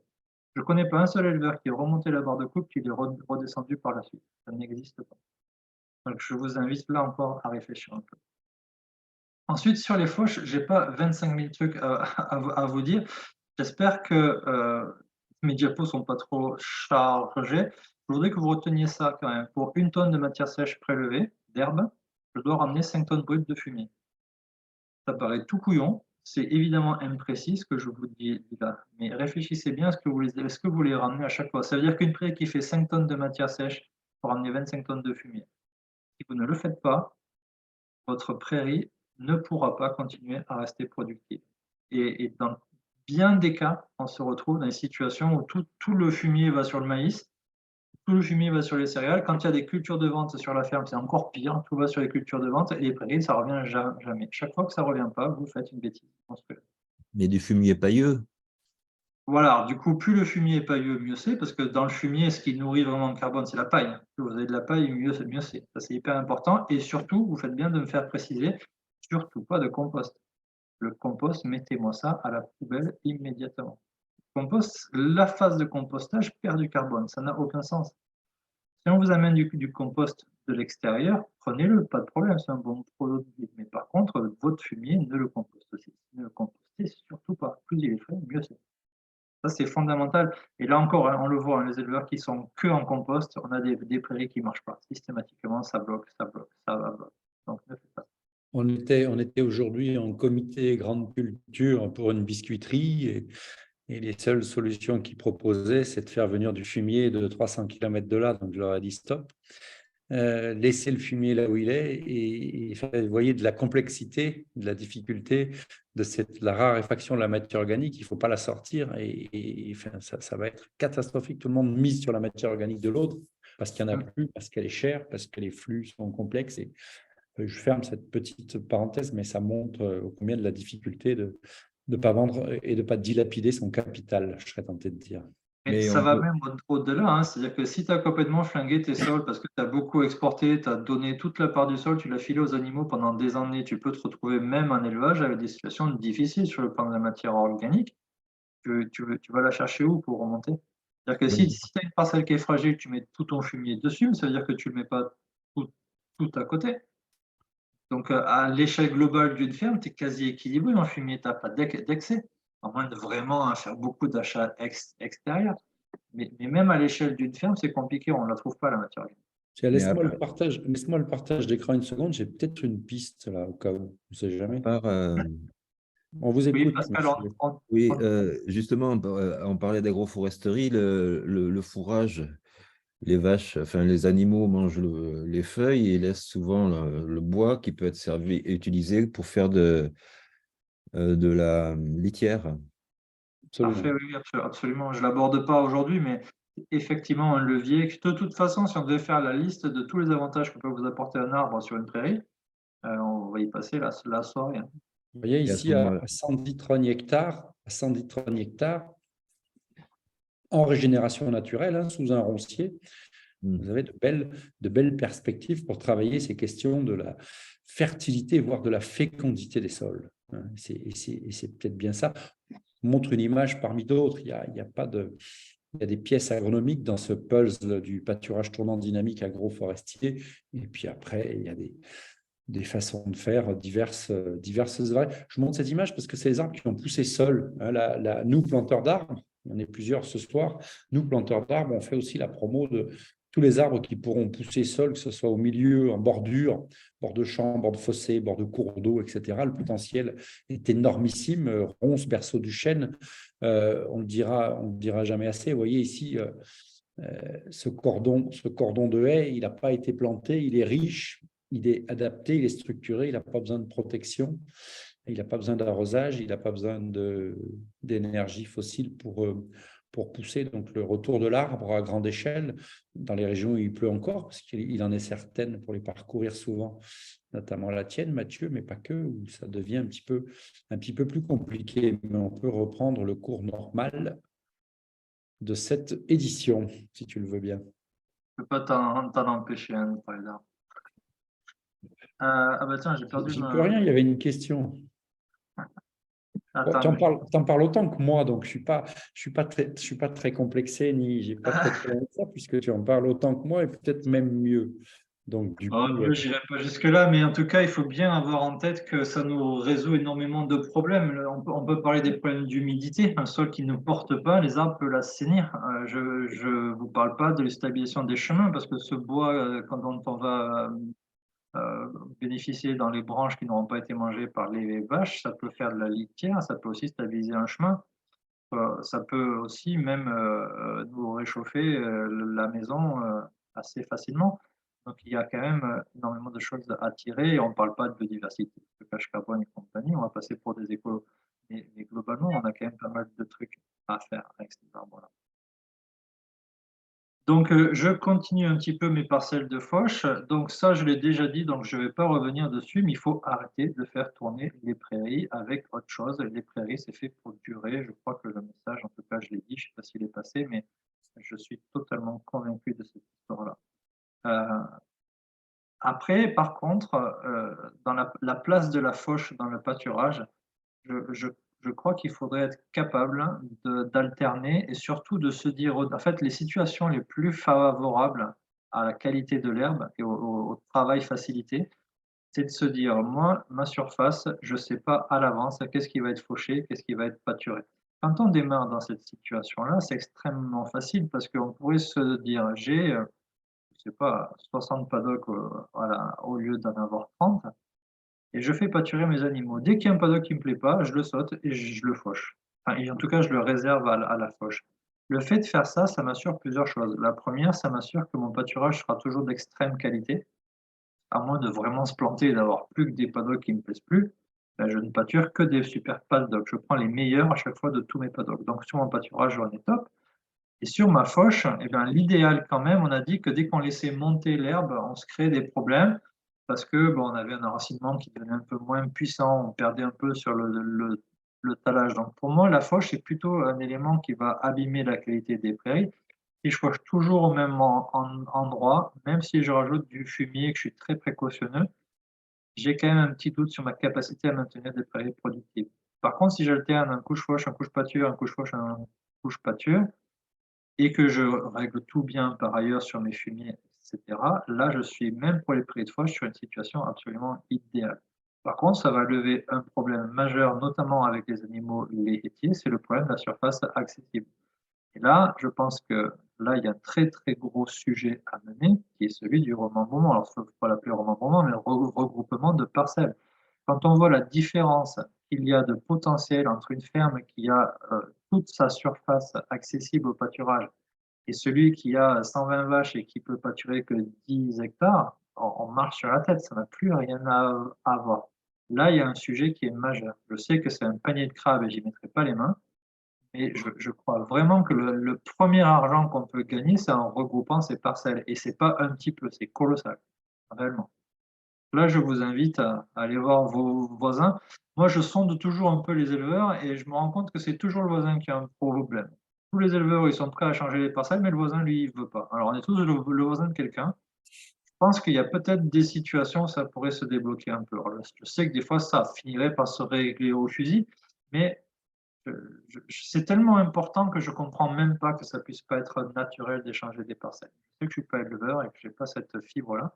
Enfin, je n'ai pas la fibre de la terre et je ne suis pas attaché, mais réellement, faites attention à ça. Bon, sur les parcelles de fauche, je ne vais pas aller plus loin. Si, encore une fois, hein, vous voyez les micros et poser des questions, ce n'est pas un problème. Je voulais continuer sur le parcellaire. Donc, pas de questions. Allez, on enchaîne. Bon, du coup, il va falloir régler notre problème de parcellaire parce que nous, on veut pâturer des petites parcelles. On a vu, hein, si selon les catégories d'animaux, des parcelles pour 1, 2 ou 3 jours. Et je ne vous cache pas que le 3 jours, je le fais de moins en moins. Donc, pour 1 ou 2 jours, il va en falloir un certain nombre. Et donc, il va falloir que ce soit bien fait. Ce qu'on a à gérer, c'est finalement, il n'y a que 2 choses à gérer. On l'a déjà un petit peu dit, hein. J'ai besoin de calculer, mon chargement, donc le nombre d'animaux que je vais mettre dans ma parcelle et le temps que je vais les y laisser. Si j'ai trop d'animaux ou que je les laisse trop longtemps ou pas assez longtemps, mon pâturage ne sera pas bon. Même si je n'ai pas assez d'animaux, je fais d'affût. Si j'ai trop d'animaux, je surpâture. Et pareil, si je les laisse trop longtemps ou pas assez longtemps, je fais d'affût ou je surpâture. Et puis le deuxième, donc ça c'est plutôt le pâturage quotidien. Et puis le deuxième levier, c'est le pâturage à la rotation. Je dois tout le temps faire tourner les animaux à la vitesse de pouce, je l'ai déjà dit. Pour arriver à ça, eh bien, on va créer des parcellaires découpés. Pourquoi on découpe les parcelles? C'est juste pour se donner un outil de travail. J'insiste sur le mot outil de travail. Ce n'est pas parce que je fais un découpage que je vais réussir mon pâturage, mais l'idée, c'est de se dire que dans chacune des parcelles, j'ai la même quantité d'herbe. Donc, je suis capable de calculer, admettons qu'une parcelle fasse une journée, ben, je suis capable de calculer le nombre de paddocks et donc la vitesse de rotation très facilement. Si je ne fais pas de paddock ici, je vais avoir un temps de présence différent dans chacune des parcelles parce qu'il n'y en a aucune qui fait la même taille. Et donc, du coup, si j'ai 1 jour et demi ici, 2 jours, 3 jours et demi, etc., c'est pas facile d'avoir une vision globale, hein, du parcellaire. C'est pas très facile d'anticiper. Est-ce que je vais avoir assez d'herbe, pas assez? Quand est-ce qu'elles seront dans cette parcelle-là? À quelle date? Ça, c'est un peu compliqué. Et puis, je peux difficilement me faire remplacer parce qu'il faut que le gars qui me remplace, il sache que c'est 3 jours et demi là, 2 jours et demi. Puis, s'il en reste un peu, quand même, tu vas les y laisser une demi-journée de plus. On est assez imprécis. Donc ça, en fait, c'est un outil pour nous permettre de calculer facilement. 30 paddocks, ça rentre facilement dans ma tête. J'ai 30 paddocks, j'en fauche 5, il me reste 25. Ça, je peux le faire en 10 secondes. Et donc, c'est ça qu'on va faire. Alors, la difficulté, on l'a déjà un petit peu abordé, hein, c'est qu'il faut que dans une parcelle, il y ait de l'herbe la plus homogène possible. Que du bon ou que du mauvais, mais pas les deux. Et chaque fois que je vais avoir un petit grain de sable qui va faire que les animaux vont préférer manger d'un côté plutôt que de l'autre, mon pâturage va tomber. Alors la première des choses à regarder dans ces cas-là, c'est déjà la qualité du sol. Vous pouvez avoir des sols à un endroit, c'est un peu plus humide qu'à un autre. Ben ça, c'est des trucs qu'il faut séparer absolument. Vous pouvez avoir de la pente. Chaque fois que vous avez de la pente, il faut obligatoirement séparer la partie haute de la partie basse, parce que très souvent, en bas, il y a un peu plus de sol, donc c'est un peu plus humide, ça garde un peu plus l'eau. Et l'herbe qui pousse dans l'eau, en tout cas dans plus d'humidité qu'une autre herbe, par dilution, elle sera un petit peu moins sucrée, parce qu'elle sera un peu plus gorgée d'eau. Et donc, elle est moins appétante, et donc ils vont toujours la manger en dernier. Donc, si on fait ça, ça ne marche pas. Et après, physiquement, les paddocks trop allongés, trop étroits, les animaux pâturent toujours plus ou moins tous ensemble. Et vous voyez là, par exemple, je vous montre ces paddocks-là, mais ces paddocks sont mal faits. Parce que imaginez, vous ayez 30 vaches charolaises qui vont venir pâturer dans ce paddock, bah, le lot de 30, il aura du mal à aller dans cette pointe-là. Ça, c'est un problème. On ne pourra pas pâturer correctement ce paddock-là. Paddock trop allongé également, vous en avez plein. Ça, c'est un truc que j'ai fait en 2012 et du coup, c'est un truc que j'ai expérimenté, hein, que j'ai raté. Pourquoi? Eh ben, on imagine qu'on a l'eau ici, ben, la partie du fond, là-bas, par fainéantise ou par je ne sais pas quoi, elles auront du mal à y aller. En plus c'est long, plus vous avez de la chance ou de la malchance d'avoir de l'hétérogénéité sur les parcelles. Donc, tous ces leviers-là, en fait, il faut essayer de les identifier. Quand on fait un découpage de parcellaire, on essaie d'y passer un peu de temps. Alors, souvent, c'est évident, hein, mais on essaie en tout cas de ne pas faire de bêtises pour avoir le pâturage le plus homogène possible. Du coup, si vous le souhaitez, on peut reparler des arbres à ce moment-là. Quand on décide de mettre des arbres intra-parcelles, ce qui est extrêmement important, c'est de respecter la même densité. On ne peut pas se dire je mets des arbres ici sur la moitié et puis j'en mets pas là. Parce que là, vous allez avoir une herbe qui sera très différente. Celle-ci va pousser en plein soleil, celle-ci de manière ombragée, vous n'aurez jamais le même pâturage. Donc, quelque part, si je m'en tiens juste au pâturage, la densité d'arbres, le nombre d'arbres que vous allez mettre à l'hectare, je m'en fous un peu. Par contre, je veux qu'ils soient plantés de manière régulière et homogène. Sinon, je vais avoir un souci, moi, de pâturage. Donc voilà, tous ces petits leviers-là, on y fait attention. Et après, du coup, bah, c'est quoi un pâturage pas trop mal découpé? Ben, en voilà un, ça peut être très simple, hein. Alors ici, cette parcelle-là était un peu casse-pied parce que cette zone-là était plus humide. Et là, il y avait un peu de pente. Là, c'était la zone haute. Là, la zone basse, un peu humide. Donc, il fait absolument séparer. Pour respecter à peu près les dimensions, on a fait un truc un peu biscornu, mais voilà, ça, c'est pas non plus infaisable. Et là, après, des choses naturelles. Vous voyez, cette parcelle-là, si on l'avait découpée en longueur comme ça, on aurait fait une bêtise. Le fait de découper en croix comme ça a en plus un autre avantage, c'est que vous pouvez avoir qu'un seul point d'eau au milieu. Vous pouvez abreuver tout le monde. Bon, ça peut se faire en 5 minutes. Parce que parfois, les gens, vous leur dites, là, c'est du coup 15 paddocks pour 2 jours de temps de présence par paddock, pour une rotation de 30 jours. Les éleveurs, quand vous leur parlez de 15 paddocks, parfois, ils peuvent s'affoler un petit peu. Ils imaginent un travail colossal. Mais en réalité, si vous avez déjà comme ici 4 parcelles, il faut les découper celle-ci, la découper en 4, c'est extrêmement rapide. Pas besoin de mettre 3 rangs de barres arbelés, hein, c'est un enrouleur dépiqué et c'est fini. Donc découper un parcellaire, ça peut être très simple, il faut juste faire un petit peu attention à ce qu'on fait. Ici, c'est un système vache laitière où on va rajouter des couloirs en fait pour amener et ramener les animaux. Et alors l'erreur ici aurait été pareil, hein, de mettre le chemin en bas, parce que là il y a un peu de pente en plus. Donc mettre le chemin en bas et faire des bandes comme ça aurait absolument pas marché. On découpe au milieu, on fait une arête de poisson que j'appelle, ça va très bien. Pareil ici, voilà, vous avez compris le principe. Donc ça, c'est absolument fondamental. Et donc, en fonction des catégories d'animaux, de la surface accessible, etc., on va proposer plusieurs types de découpage et on essaiera de choisir le bon. On se rend bien compte que si j'ai des vaches laitières et que je veux 3 traites par jour, je vais avoir un truc beaucoup plus complexe que si j'ai des génisses allaitantes qui veulent à 3 ans. Les besoins ne seront pas les mêmes, donc les contraintes ne seront pas les mêmes. On va essayer d'adapter à chaque fois pour que ce soit toujours faisable par l'éleveur, mais prenez des niveaux de précision qui permettent d'atteindre les résultats qu'on veut. Voilà, évidemment, je ne peux pas en 1 heure et demie vous présenter tous les découpages de manière précise, mais juste vous donner une petite approche tranquillement de qu'est-ce qu'on essaie de mettre en place. Encore une fois, si vous avez des questions, et puis si vous n'avez pas de questions, on arrive à la dernière partie, et puis finalement on ne sera pas si en retard que ça. Comment préserver les prairies? Ça va être juste une redite parce qu'on a déjà dit beaucoup de choses. Bon, je crois qu'il y a un micro qui s'ouvrait. Donc, de manière très simple, on repart sur nos 2 photos du départ. Qu'est-ce qu'on fait pour ça? La première des choses à faire, c'est mettre en place un pâturage endémique strict, c'est-à-dire je fais attention à mon sol, à ma plante, à mes animaux.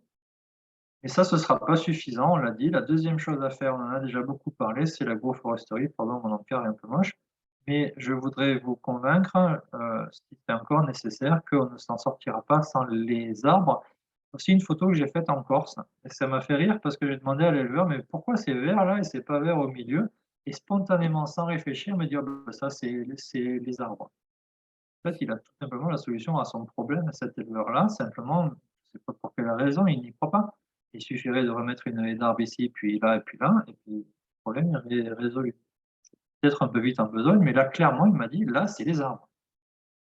Et je voudrais vous montrer d'autres photos que Alain m'a envoyées du Costa Rica que je trouve absolument magnifiques. Je voudrais qu'on mette en perspective ça avec ça. C'est même pas la peine de faire un discours, on a envie d'y être là. En tout cas, bon, une photo comme ça, c'est extrêmement. Je pense que voilà, ça parle d'elle-même. Ces photos, je les trouve très parlantes, en fait. Alors là, vous voyez, on disait un arbre tous les mètres. Je te laisse parler Alain s'il y a besoin, mais on est chargé là. Hein. Ouais, je pense que bon, on n'a rien inventé. Hein. Le bocage et ses trognes sont le pilier angulaire de tous les systèmes agroforestiers. On oublie souvent de le dire. Hein. L'agroforesterie, c'est tout ça, dont le bocage, dans sa définition stricte, tous les arbres qui participent à une production agricole. Et il est vrai que de par le monde, on trouve des trognes un petit peu partout. Ce n'est pas une fin en soi, mais enfin, bon, la trogne, c'est quand même un outil, un élément qui produit tout le temps, qui produit plus. Ici, on a aussi des trognes moyennes, hein, des trognes à 2,40, à peu près 2,50, à haute densité et de l'importance, surtout quand on travaille en régénération naturelle. Je pense là tout de suite aux frênes notamment, qui n'a pas la calarose partout et qui a gardé bien des valeurs et des vertus. On pourrait en citer d'autres.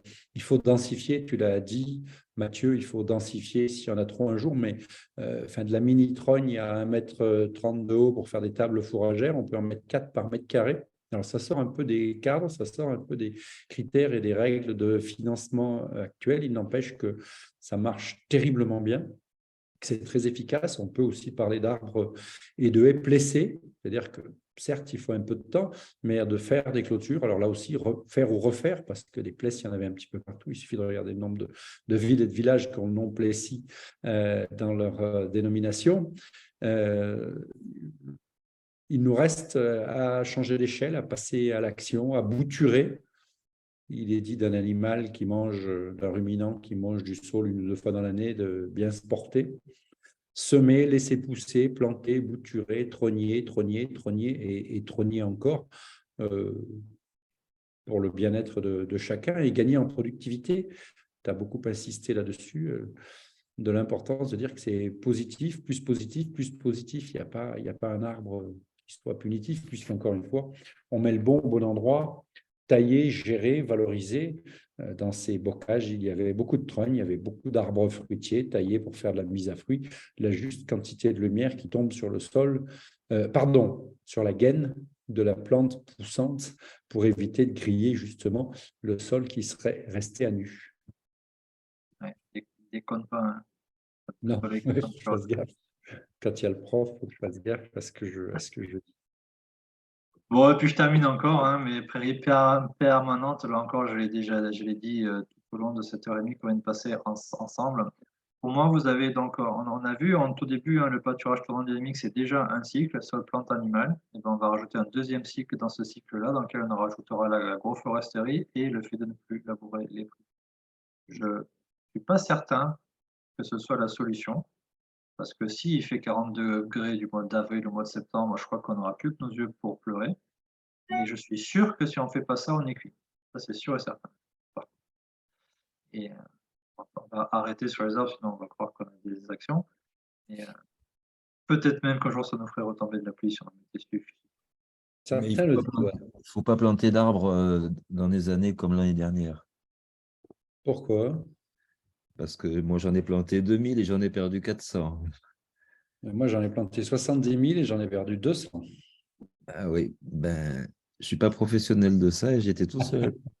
Non, mais c'est vrai que... C'est un problème, il faut faire appel aux spécialistes. Non, mais spécialiste ou pas, spécialiste, c'est pas de spécialiste, c'est juste que c'est vrai que vous avez raison. Il faudra être très prudent pour planter un arbre. Il ne doit jamais faire plus de 40 cm de haut quand on le plante. Il ne faut jamais le planter après le 15 février.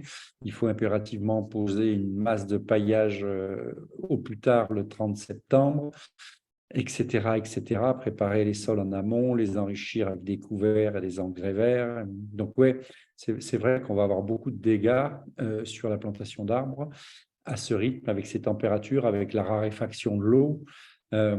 Si on garde ces précautions, ça pourrait encore, il faut l'espérer, ça pourrait marcher. C'est pour ça qu'on travaille beaucoup au Maroc depuis quelque temps, en Tunisie aussi, et qu'on va voir ce qui s'y passe, comment ça fonctionne, comment cette aridité qui nous arrive un peu subitement, elle est là-bas comprise, traduite avec des difficultés. Il y a aussi de l'exode. Hein. Il y a des zones où il ne pleut pas depuis 2 ans. Donc, les paysans, ils commencent à partir. Il faut dire les choses comme elles sont. Parce que 2 ans sans production, sans revenus, c'est un petit peu long. Ouais. Donc là, on est dans un contexte qui se durcit terriblement. C'est aussi pour ça que nous parlons très librement de régénération naturelle, de couverts, etc. Parce qu'il semblerait que 60% de l'eau de pluie, tout le monde n'est pas d'accord avec ces chiffres, mais peu importe que ce soit 55 ou 65, en tout cas une soixantaine de pourcents de l'eau de pluie proviennent de l'évapotranspiration des plantes in situ. Francis Allais nous avait parlé de ces perles de pluie lâchées par les végétaux, les arbres en particulier. Aujourd'hui, on est en plein dedans. On va encore prendre 5 minutes, si vous le souhaitez, pour discuter de tout, du reste et des perspectives. Et si vous voulez poser des questions, faire des commentaires et profiter de la présence de Mathieu ce soir, n'hésitez pas. D'ailleurs, je pense qu'on fera prochainement cette forme-là de webinaire du soir, puisque plus visiblement, ça suscite de l'intérêt. On fera quelque chose sur les arbres têtards fourragés et sur les mini-trognes, puisqu'il y a beaucoup à dire sur cette densification, sur cet intérêt, sur des systèmes de trognes qui réhydratent Je vais quand même vous en montrer une parce que tout le monde ne l'a peut-être pas vue. C'est une image, enfin, une des images de notre collection qu'on montre assez régulièrement dans ces formations, ces informations sur le pâturage tournant dynamique. C'est puisque je les cite, c'est du frêne dimorphe au Maroc. Donc, c'est du frêne qui pousse avec une pluviométrie qui se raréfie. Et ces arbres trôniers résistent étonnamment bien à tout. Jusqu'à quand, on ne sait pas. Mais en tout cas, 200 000 hectares de frêne dimorphe au Maroc, ça laisse songeur avec une productivité absolument incroyable, posée sur le roc avec une pluviométrie, je crois, de mémoire de 250 mm par an. Donc, c'est assez stupéfiant ce que ces plantes sont en capacité de faire. Et du coup, très inspirant dans des prairies qui se désertifient, qui sont compactées, tassées, etc., déshydratées. Je serais tenté de dire, ce n'est pas une fin en soi, mais en tout cas, ce modèle nous donne quelques perspectives, certes d'urgence, mais quelques perspectives, quelques pistes de travail pour l'avenir. Les paysans, pour le coup, ont plutôt bien fait le job. Y a-t-il des questions, des commentaires? As-tu quelque chose d'important que tu aurais oublié à nous dire, Mathieu? Je ne vais pas paraphraser Hervé. Ça ne se fait. Ah, je ne sais pas, moi. Euh, Si, il y a un truc hyper important que tu as oublié de dire. C'est qu'on te retrouve dans les champs, dans les formations, et puis tu as quand même écrit un magnifique ouvrage chez France Agricole. Le deuxième est à apparaître au mois de mai. Ce sera Hein. moins cher et meilleur. Attendez un tout petit peu. D'accord. Le deuxième, c'est donc la version corrigée, améliorée, enrichie. La version plus courte et plus pragmatique, OK. qui va un peu plus à l'essentiel et qui met à jour, effectivement, ça s'est écrit en 2018-2019. Le prochain, il a été écrit en automne 2022. Ah ouais, donc ça va parler d'arbres. Alors, donc là, il est écrit. S'il paraît en mois de mai, c'est qu'il est, il est sous presse. Ouais, Un peu de choses. ouais. OK. Presque corrigé, finalisé. Super. Une Je bonne pense qu'on nouvelle. peut le précommander sur Internet. Ah ouais, bah écoute, fais-nous passer l'info. On relaiera. Non, mais s'il y a effectivement des précommandes ou je ne sais pas comment on appelle ça, des Non, souscriptions. mais vous pouvez attendre facilement, vous serez pas, il en manquera pas. Hein, c'est pas comme le dernier iPhone. Vous n'aurez pas besoin de faire la queue devant les magasins pour l'acheter, je pense. Hein. À mon avis, ça Oui, devrait bien se passer. Est-ce qu'il en manque des iPhones? Non, il en manque pas. Oh, je sais pas. Moi, Pascal, peut-être ou pas, non? ouais, oui, moi, je suis pas spécialement éleveur, enfin de base. Je suis vigneron aussi, et il y a en 2007, j'ai eu de la vigne qui a été arrachée, et depuis, disons que c'est plutôt, il n'y a jamais eu de prairie semée, mais la prairie naturelle, on va dire, ça pousse pas. En fait, ce que j'ai, c'est surtout du lamier, du géranium découpé, de la mousse, beaucoup de mousse, et un peu de graminées. Et je voudrais arriver à savoir, j'ai pas envie, parce que je suis sur des terres assez lourdes et sortes de boulbènes. J'ai pas envie de passer un coup enfin, pas de charrue, ça c'est sûr, mais de quoi que ce soit. Et je ne sais pas comment faire en fait pour arriver à faire qu'il y ait quelque chose qui pousse. En fait, c'est en train d'arriver simplement, comme on l'a dit, la prairie, c'est pas un bon outil pour réparer le sol. Donc là, derrière une vigne, je ne sais pas quel était l'état de votre sol, mais ce qui vient naturellement, c'est plutôt des plantes agressives, annuelles. Leur rôle, c'est de relancer la machine. Et logiquement, une fois que cette machine aura été relancée, donc vous allez augmenter la matière organique, avoir un truc structuré, et là, c'est la prairie qui va s'installer. Une fois que la prairie va s'installer, il y aura des herbivores qui vont venir la pâturer, soit des cerfs, enfin, soit des cervidés, soit vos animaux à vous. Et tant qu'il y aura des herbivores pour pâturer, ben, ça va rester à l'état de prairie. Puis à un moment, il y aura un endroit où les animaux ils iront plus parce que je ne sais pas pour quelle raison. Et à cet endroit-là, il y a les ronces qui vont commencer à apparaître. Mm. Dans les ronces, Alain l'a très bien dit, vous avez les premiers arbres qui vont commencer à naître et petit à petit, cette zone-là va redevenir de la forêt. Oui, mais Donc justement, là, pour l'instant, j'essaie de ouais. reprendre sur des ronces, parce qu'il y avait de la déprise aussi, quand même. Je voudrais retransformer en prairie des choses qui étaient en train de partir en roncier, en genêt, en forêt, voilà. Alors là, du coup, c'est pas la même approche. Si vous en êtes à ce stade-là, du coup, vous avez dépassé le stade de la prairie. Le seul moyen de récupérer ça, au moins connu à mes yeux, c'est soit effectivement de labourer, mais on a le droit de pas avoir envie de ça. Soit il va falloir trouver des animaux très vite pour mettre de la bouse et des déjections. Soit vous pouvez amener du fumier de l'extérieur, soit c'est un peu ce qu'on disait tout à l'heure, hein, on va faire la méthode Alan Savory, on va mettre les animaux comme s'il y avait de l'herbe, mais il n'y en a pas, mais au moins ils vont vous mettre leur déjection. Le meilleur ennemi de la ronce, c'est la bouse de vache. Mm. Parce qu'en fait, il faut revenir à l'état prairie, c'est-à-dire avec des animaux qui valorisent l'herbe.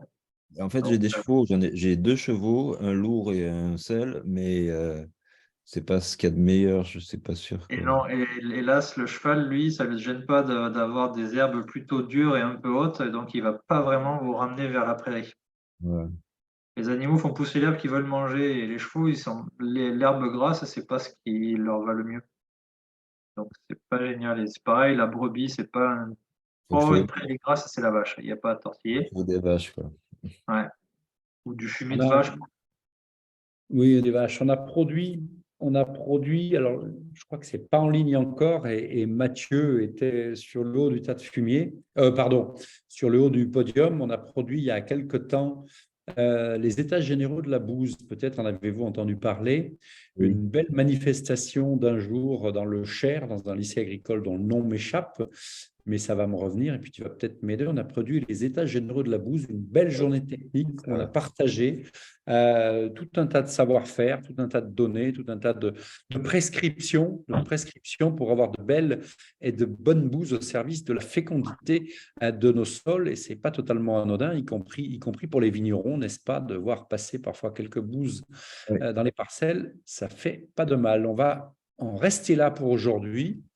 Merci d'être venus si nombreux. Merci Mathieu pour ces explications Merci, fort Mathieu. claires, précises et engageantes vers un peu plus d'herbes verdoyantes dans les prairies.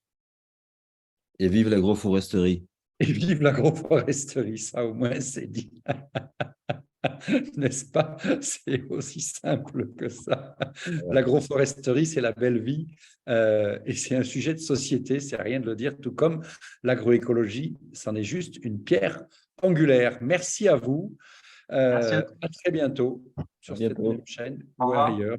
Salut, salut. Bonne soirée. Ciao. Mathieu, du coup, à demain. À demain. Ouais. Merci. Merci beaucoup. Au revoir. Au revoir. À bientôt.